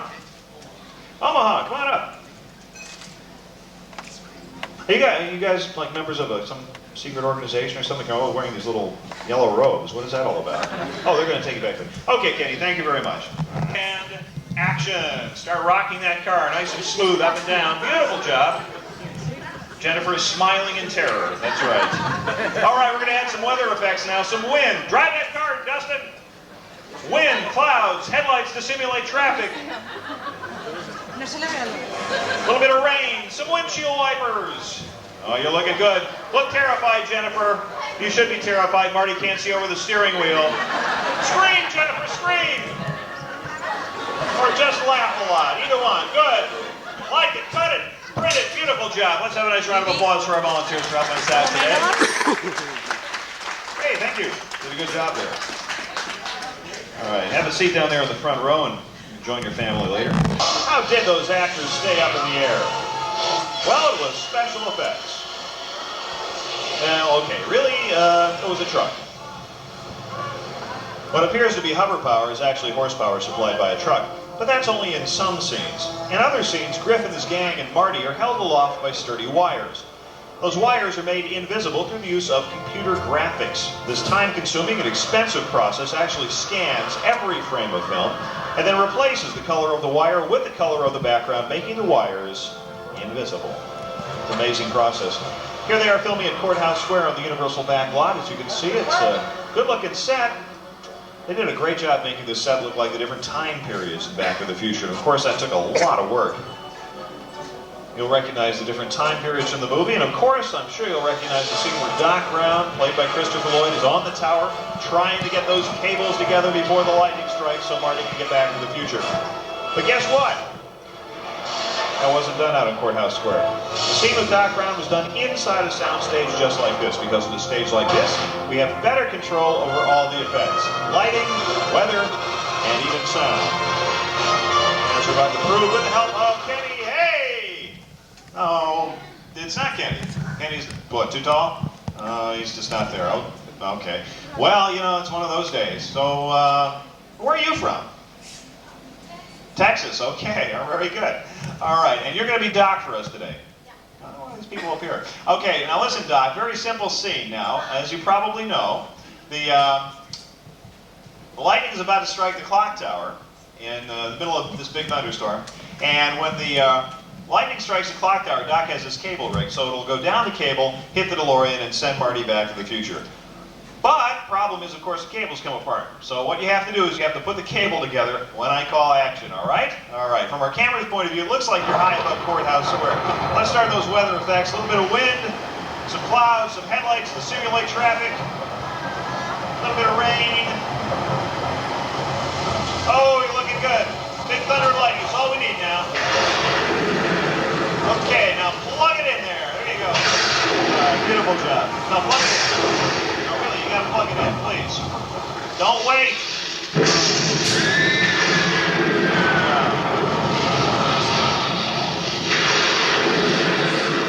Oh man, I hate that when that happens. Yeah, taller though, that's something.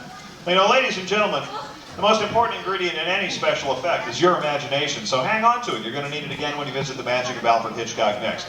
If you are a little frightened by the sight of blood on the screen, we are going to be showing you the Alfred Hitchcock scene from Psycho, the shower scene. It's in black and white.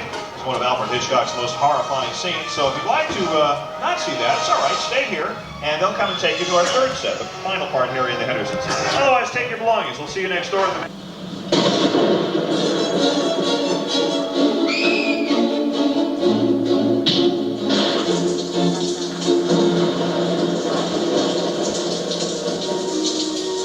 Gee, sorry I didn't hear you in all this rain. You look cold and hungry. Like to come in for a bite to eat? No, I tell you, they'll not be feeding their ugly appetites with my food or my son.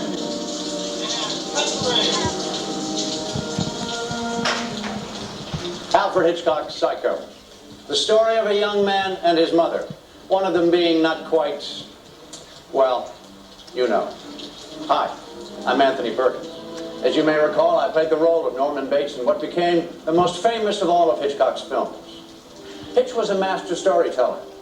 He loved to make movies that would keep audiences in his total control. He would lead them down a path of expectations, only to suddenly send them off in an entirely new direction. This was known as the plot twist, and Psycho was its premier example. Now combine this with the photography, the editing, the soundtrack, and all the other technical elements. The final result was just as Hitchcock planned, to hear the audience scream.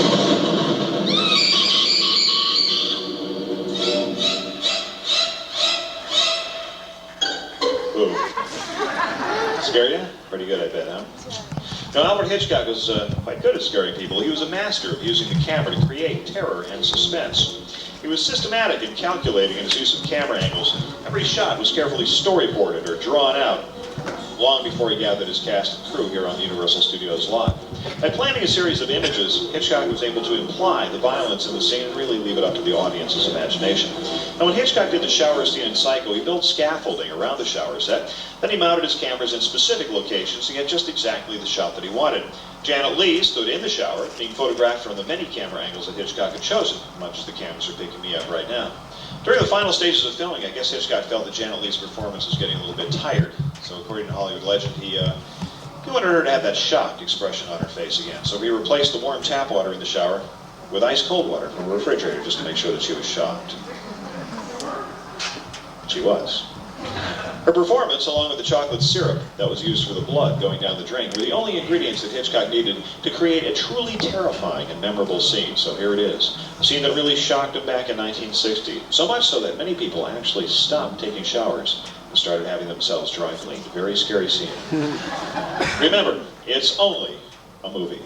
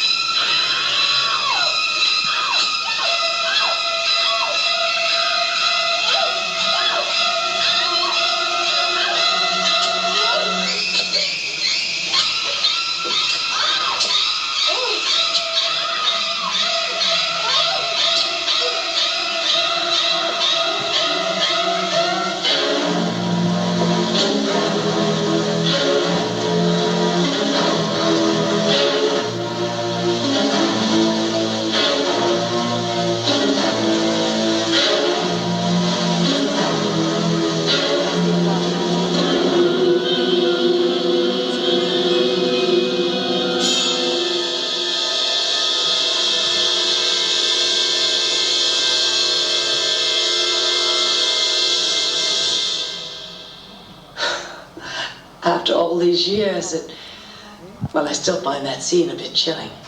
It's a classic Hitchcock. Hello, my name is Kim Novak. I did a film for Mr. Hitchcock called Vertigo. It also involved icy water.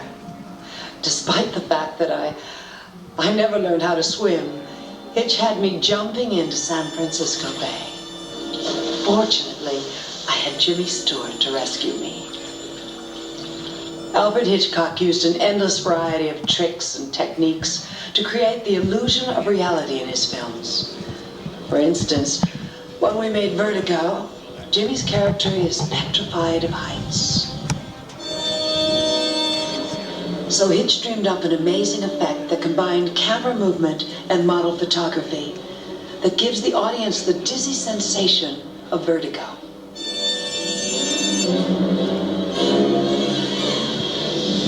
Hitch utilized all the known film techniques, and when those weren't enough, he developed new ways to create the illusions that he was looking for.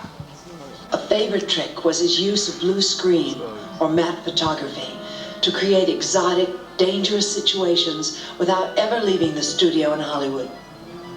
One of the best examples of this technique is here in Hitchcock's first American film, Saboteur.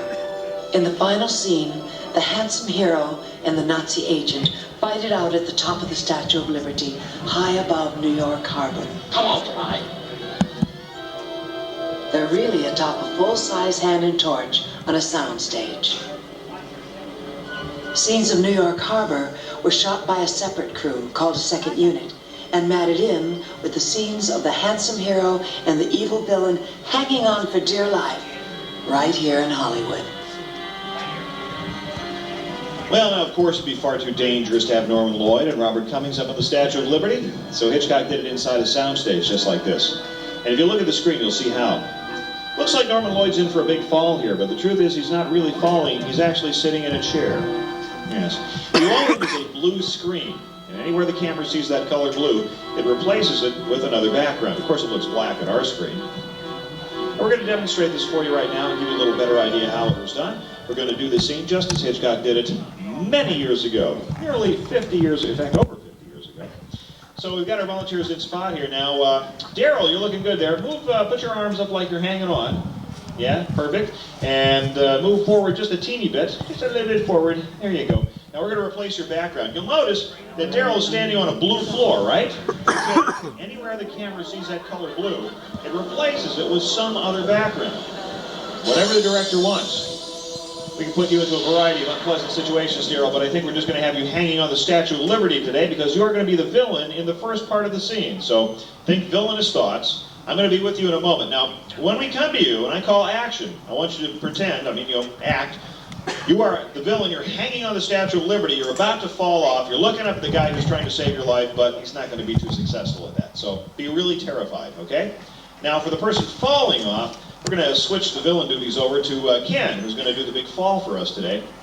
And Ken, you're going to be falling off the Statue of Liberty. That could be a little scary, so do look terrified. When the camera rig in front of you goes up, I want you to lie back, wave your arms, and kick your legs like you're falling. You saw how this blue screen effect works. Well, this is a blue screen, but we combine it, just as Hitchcock discovered how to do it.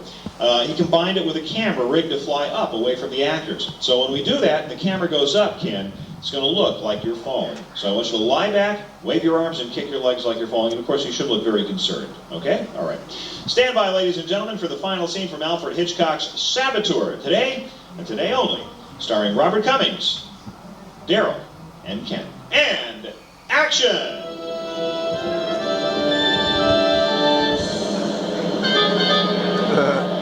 I'll get you sleep.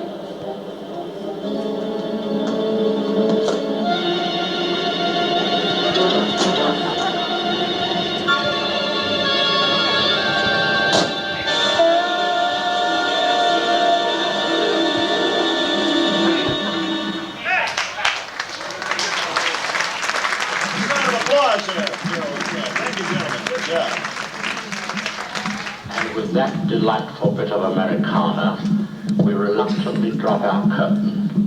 My mic is louder than yours. It's done. We'll send it to the network.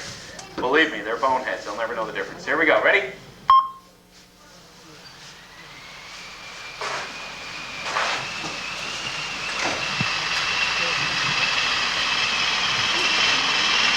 Stay cool. There's nobody home.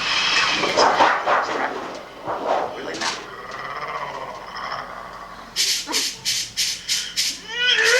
It sneaks. Okay, you ready on the wait, Tom? Thunder. We're up to number 3. Big crowd.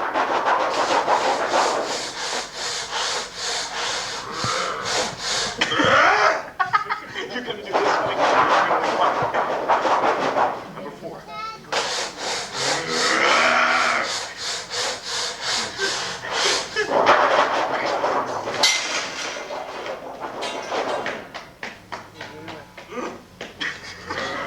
Are you watching the same thing we are? Okay. Sure. Just do anything. You're doing great.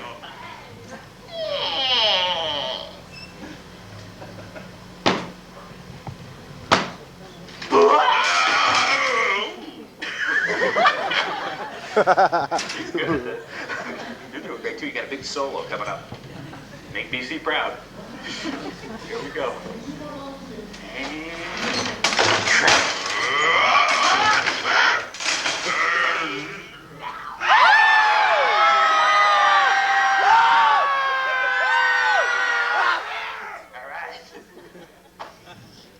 okay, that was terrific. Hang out right here. You're all done.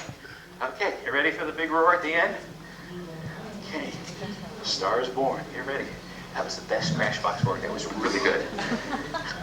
Oh, a little more thunder, too. Okay, when that light goes on, it's your big break.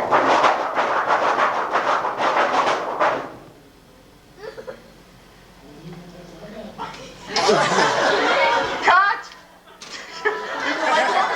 You didn't? It didn't light up like that, huh? You didn't turn on her cue. We have Forrest Gump in the booth today. All right, we'll do it again, okay? That was a rehearsal. It was not your fault. Hey, Charlie, you messed up the cue. Run it again. No can do. The network called. What? We go live to the satellite in 1 minute. Thank you. All right, look, run everything we did get. When we get to the roar, just punch up the mic and she gets to send her part out live, right to the satellite. Okay, everyone just turn around and watch the screen. You can watch too. I'll let you know when we get to the roar, okay? I'll help you out. Here it goes.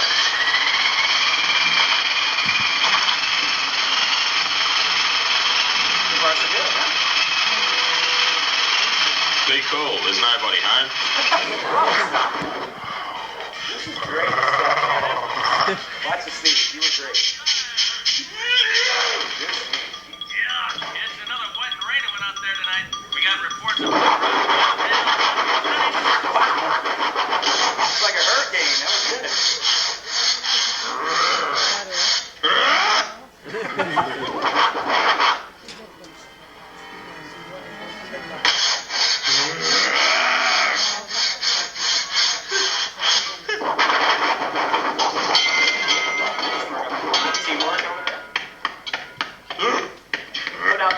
This is where I get to shine. The professional right here. Check out the door squeeze. Yeah, 4 years of college for that.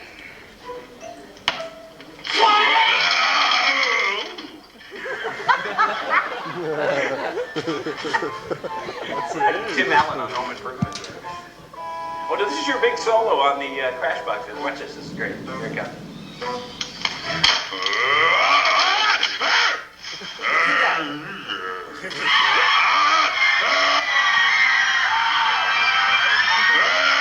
Did you recognize yourself? Okay, you ready? All right, let's see. Grab the mic stand like that. That'll keep you centered. When the light lights up, and it better, just keep on roaring as long as the light's on. Okay, so stretch it out. It's about 4 seconds worth. Now, you guys, shh, very quiet. This is going live. Oh, great. Thanks for the spotlight. Like she needs more pressure down here. Okay, gotta stop. Start going. Right here, guys. Any second now.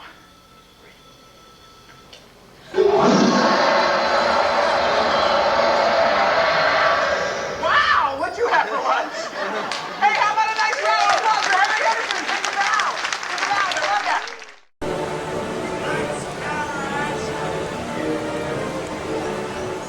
Full video here.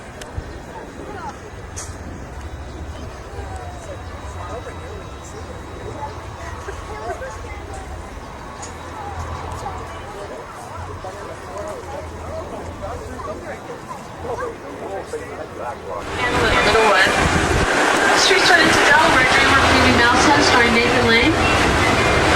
Minneapolis, St. Paul, and Jingle All the Way, starring Arnold Schwarzenegger and Sinbad, 20th Century Fox film. The movie became San Francisco and Warner Brothers' Dirty Harry, starring Clint Eastwood. This street coming up on my side was Brownstone Street, the street where Macaulay Culkin ran down the Home Alone 2 Lost New York, 20th Century Fox film. And speaking of streets, this street that we're driving on was the street that Marty McFly drove the DeLorean 88 miles per hour to go back in time. Welcome to Hill Valley and Courthouse Square. Off to the driver's side, you'll see the clock tower with Doc Brown, played by Christopher Lloyd, harnessed the bolts of lightning to propel Marty McFly, played by Michael J. Fox, Back to the Future.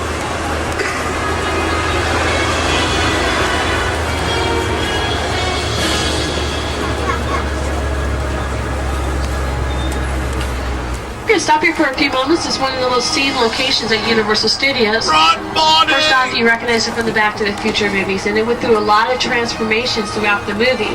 For the scenes that took place in 1955, we put a monument right in the center of the yard. Dirt paths led up to it.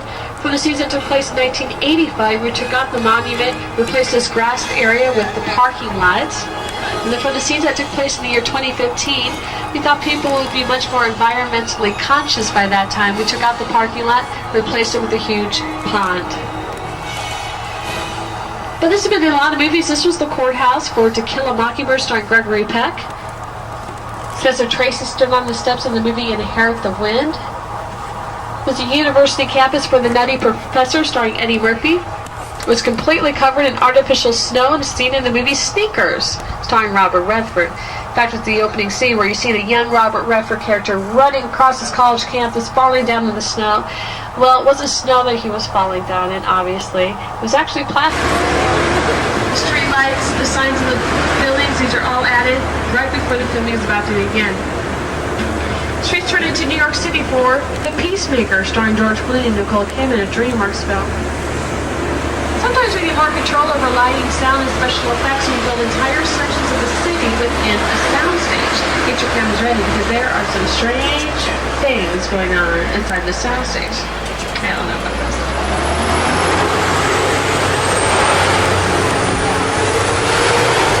We're just in. The path of destruction continues east, causing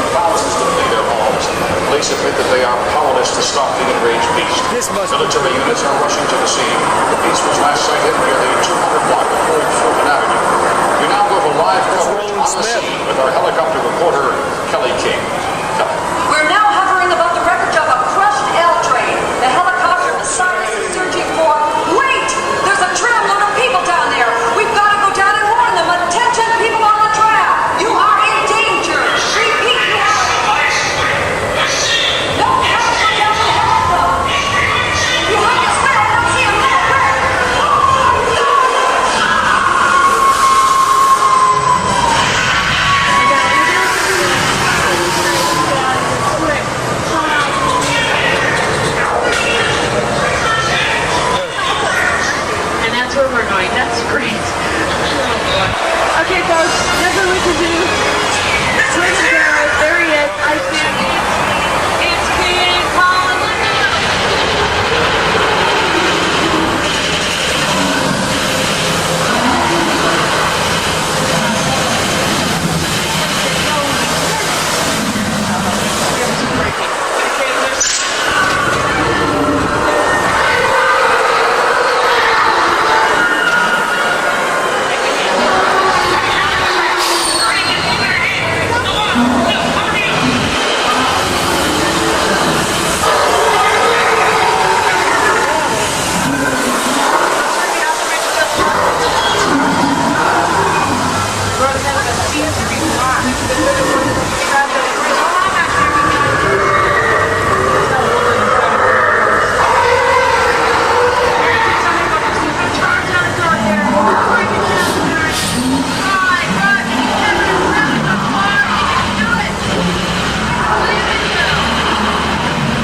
Every year, this bridge is almost in every single Western.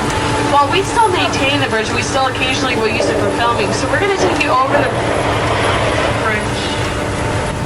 Excuse me. Here. Folks, we're able to take you over the bridge today. We're going to take the back or the side bridge. Just joking, you guys. We're not going. The bridge. Actually, this is part of the tour. I was just joking before. That's what I do. Okay. Part of the tour. Everything's fine. Brother.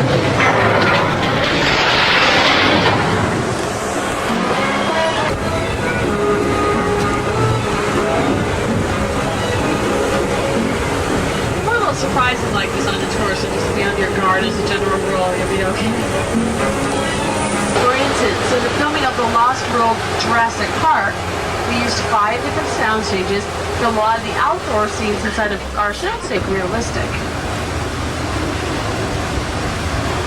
Up ahead you'll see some bigger tree trunks. They have hands. Dinosaur bones, the cages, the Hummer off to the driver's side. These are all props, vehicles that you will see if you ever rent the movie, The Lost World.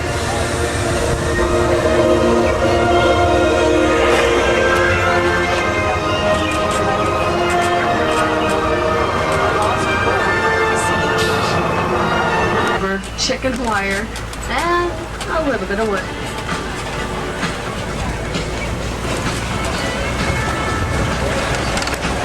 The demonstration will be off to the driver's side once we stop. If you want to stand up, especially if you're on my side or the first car, to get a good picture, that's fine. Your special effect guys are out ahead. In fact, Joe, Freddie, can you show us what you're working on? Sure, folks. Hey, Freddie, can you give us some thunder and lightning?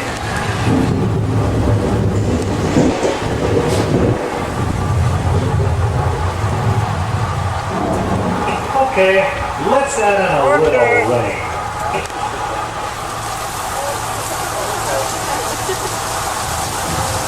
The way we make it rain here in sunny California is with sprinklers in the trees. Just ordinary sprinklers, point them up towards the sky where the water falls naturally, just like real rain.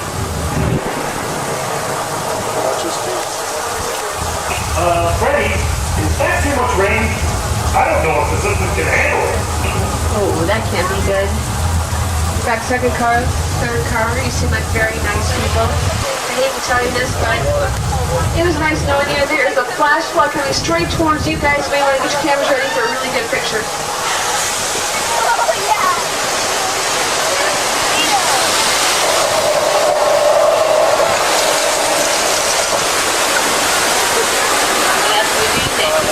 The way to the flood effect is on thousands of gallons of recycled water from the top of the hill. It's recycling right now to a holding tank. This allows us to do the effect over and over and over again, which is great for the tour, but even better for a movie. When they film a scene like this for a movie, they have to do it many times. They want that rain and the flood to be exactly the same each time for editing purposes. The part about our rain here in Hollywood is we can turn it on and we can turn it off on cue. I like that. Part of next go sets off to the driver's side. We're all seen most recently in the Tom Clancy miniseries, Net Force, which starred Scott Backlot. It was on ABC a couple of weekends ago. We'll next go off to the driver's side. You'll see literally the buildings do not have backs to them. Not all of our sets are like that, though. In fact, we do have some practical sets, which means you can film indoor and outdoor scenes. I'll show you some practical sets in our oldest movie street, Denver Street. This is where we filmed our original silent westerns. I'm not lying this time. Not like the bridge. These really were built in 1915. And if they look small to you, they should. They were only built on a 7/8 scale. That way, when the cowboys stood in front of the smaller doors and windows, they would look bigger and brawnier and more masculine. These are called practical sets. You can't film indoor and outdoor scenes.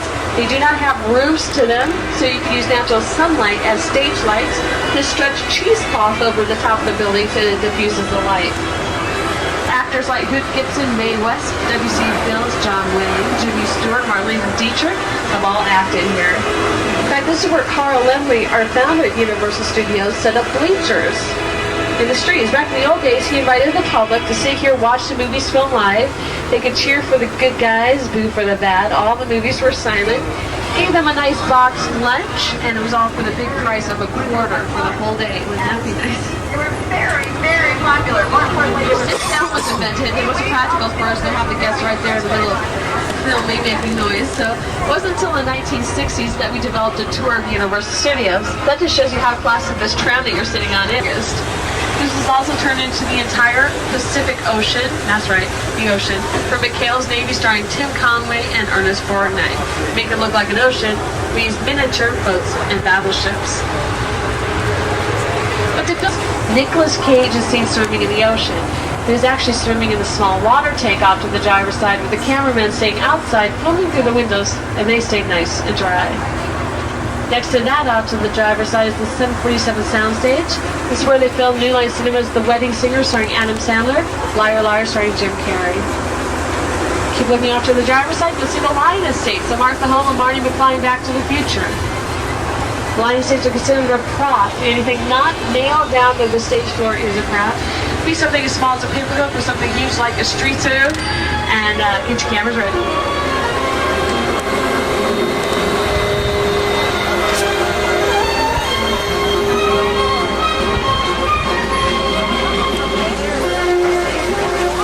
Are real, by the way.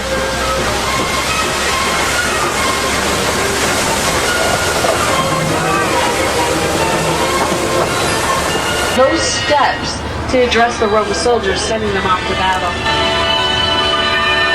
The Roman soldiers are played by thousands of Southern California college students. Over to my side, you'll see a building with a gate in front of it. This is the home of Alec Baldwin in The Shadow. The Shadow would be a great movie to rent on video if you just want to be able to see our backlot in a film and be able to recognize it. These buildings were seen about 80% of the movie The Shadow.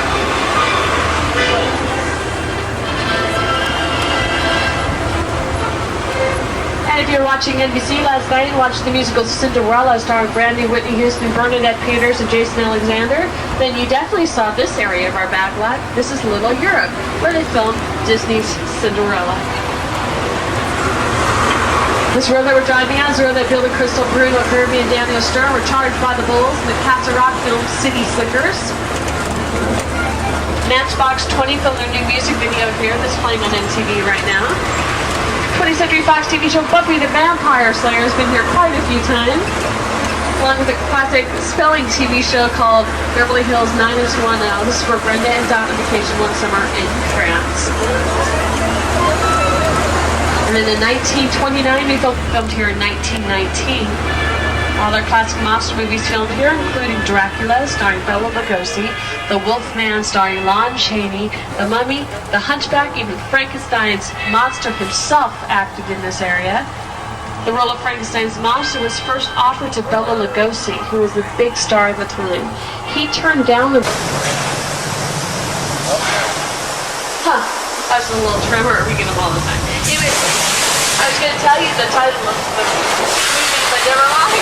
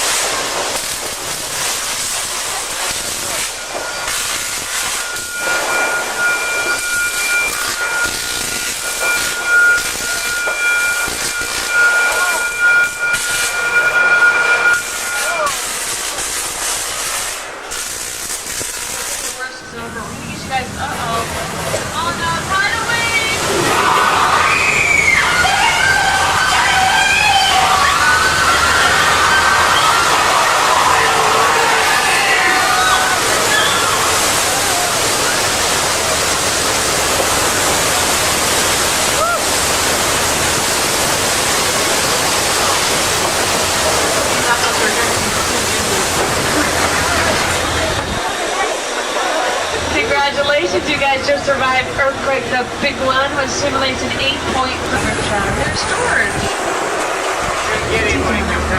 That's our family fisherman George out there. He's been trying to catch Jaws with that small fishing pole. Isn't that cute?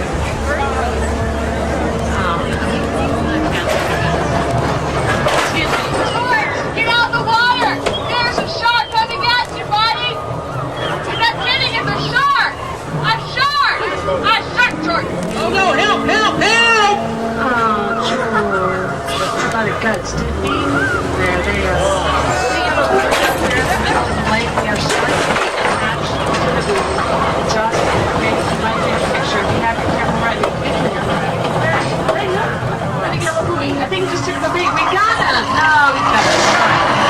Camera ready. This boat's going to sing. Hear that music? You know what happens when the music plays? Someone gets eaten.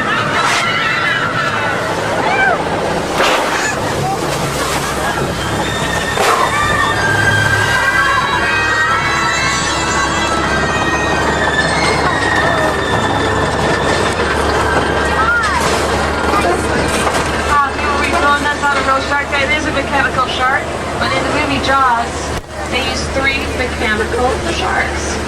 They're a little bigger than that one. In fact, each shark weighs a ton each. Yeah, look, George the fisherman is back. Ah, George is alive. It's a miracle. Way to go, George. The movie Jaws came out in theaters for the very first time almost 24 years ago. Sure none of you really remember being old enough to go to that movie when it first came out because it was all before your time. I know, but Jaws Take Off Doubles is quaint happy code name for 12 seasons of Murder, She Wrote, starring Angela Lansbury and Jessica Fletcher. Angela Lansbury will come back once in a while here to Universal Studios to film a movie of the week based on her character, Jessica Fletcher, for Murder, She Wrote. This house will be seen in a new Babyface music video and the Kevin Costner baseball movie for Love of the Game.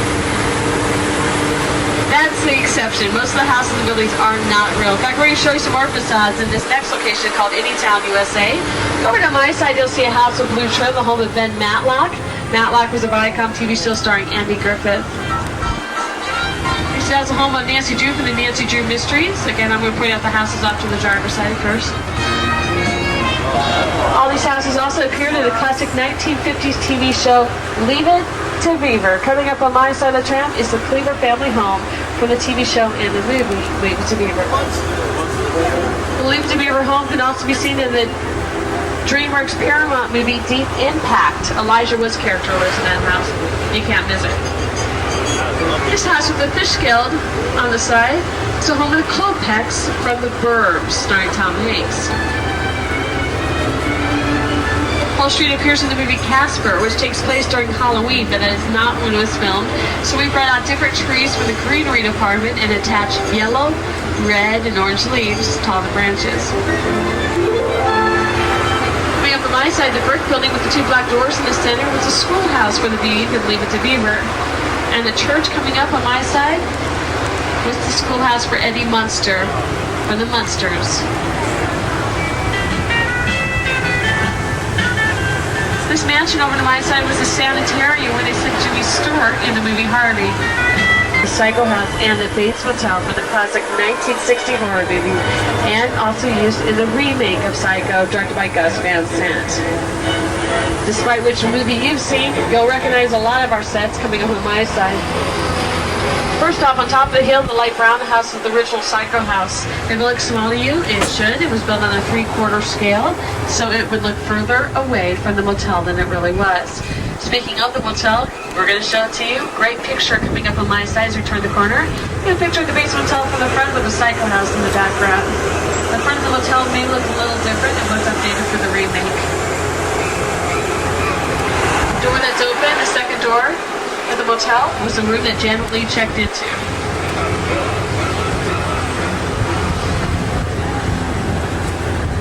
For the remake of Psycho, we built a new Psycho house. It was a facade in front of the old house. Coming up on my side, you can get a close-up view of that facade. It looks like it's made out of brick, but that's one big sheet of fiberglass painted to look like brick. It's stapled onto a wooden frame.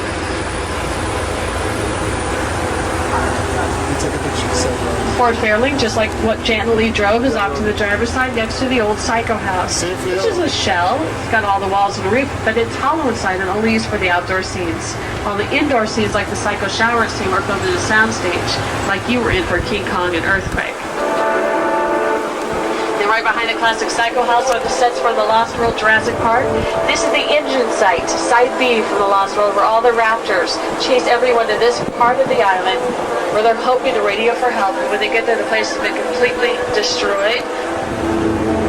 All nighttime shooting for that part of the movie. In fact, this whole area was enclosed in a big, tall, black curtain, so you wouldn't be able to see any other part of our backlot during the filming of The Lost World.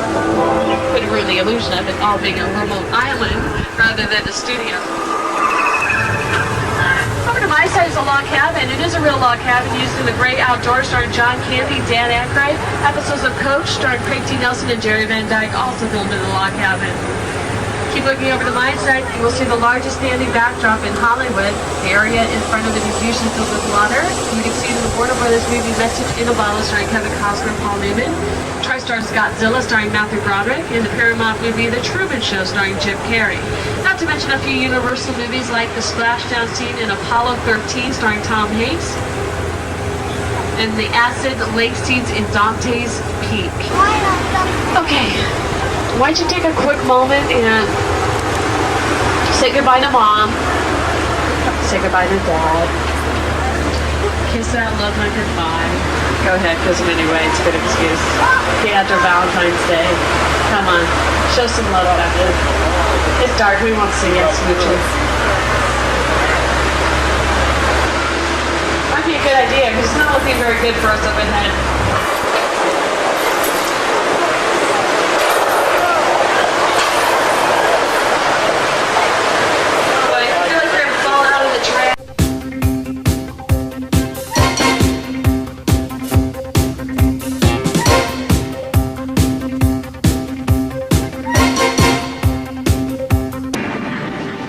With a universe of history already delighting millions, where does Universal go next? Back to the Future, a thrilling odyssey based on the fantasy trilogy.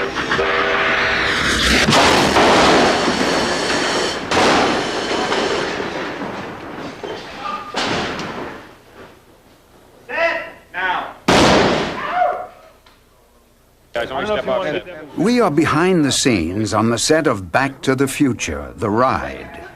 This time-traveling adventure was the concept of Steven Spielberg. I thought that this was one ride that we couldn't let get away. I mean, it has the most interactive opportunities imaginable. We actually place the people in a DeLorean, and we send them shooting 25 years into the future and then countless years into the past. It was a natural ride, I thought. Go! 2, 3, 4, 5, 6, 7, 8, 9. The construction of a camera-sized model was the first step toward fulfilling an innovative concept that would allow Universal Studios guests to fully experience the sensation of flight. We wanted to take our guests inside the motion picture screen and let them experience what it feels like to ride in Doc Brown's car through time. To do that, we combined the latest technology in flight simulators, hydraulics, pneumatics, control systems, with live effects like wind and fog, gave them vibration like they've never felt before, took all of that and combined it with a spectacular motion picture film, the largest image available in the industry. The power of special effects to take you into an alternate reality, you know, this amazing world of different places in time, different places in space, past, present, and future, and do that very kinetically, very viscerally, to where in 4 minutes you are completely thrown into another level of experience. I'm gonna take a little joyride. Hasta la bye-bye! Are complete. That's our cue. Hang on to your hats. When you see Biff in the DeLorean, accelerate to 88 miles per hour and bump him.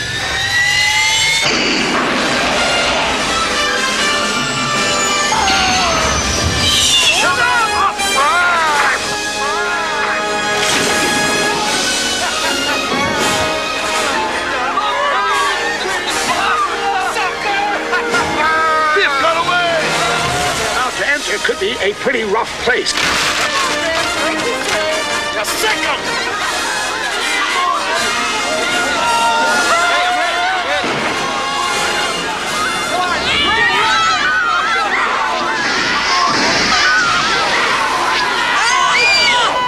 We bumped him! The impact between the two vehicles should send us straight back to the Institute.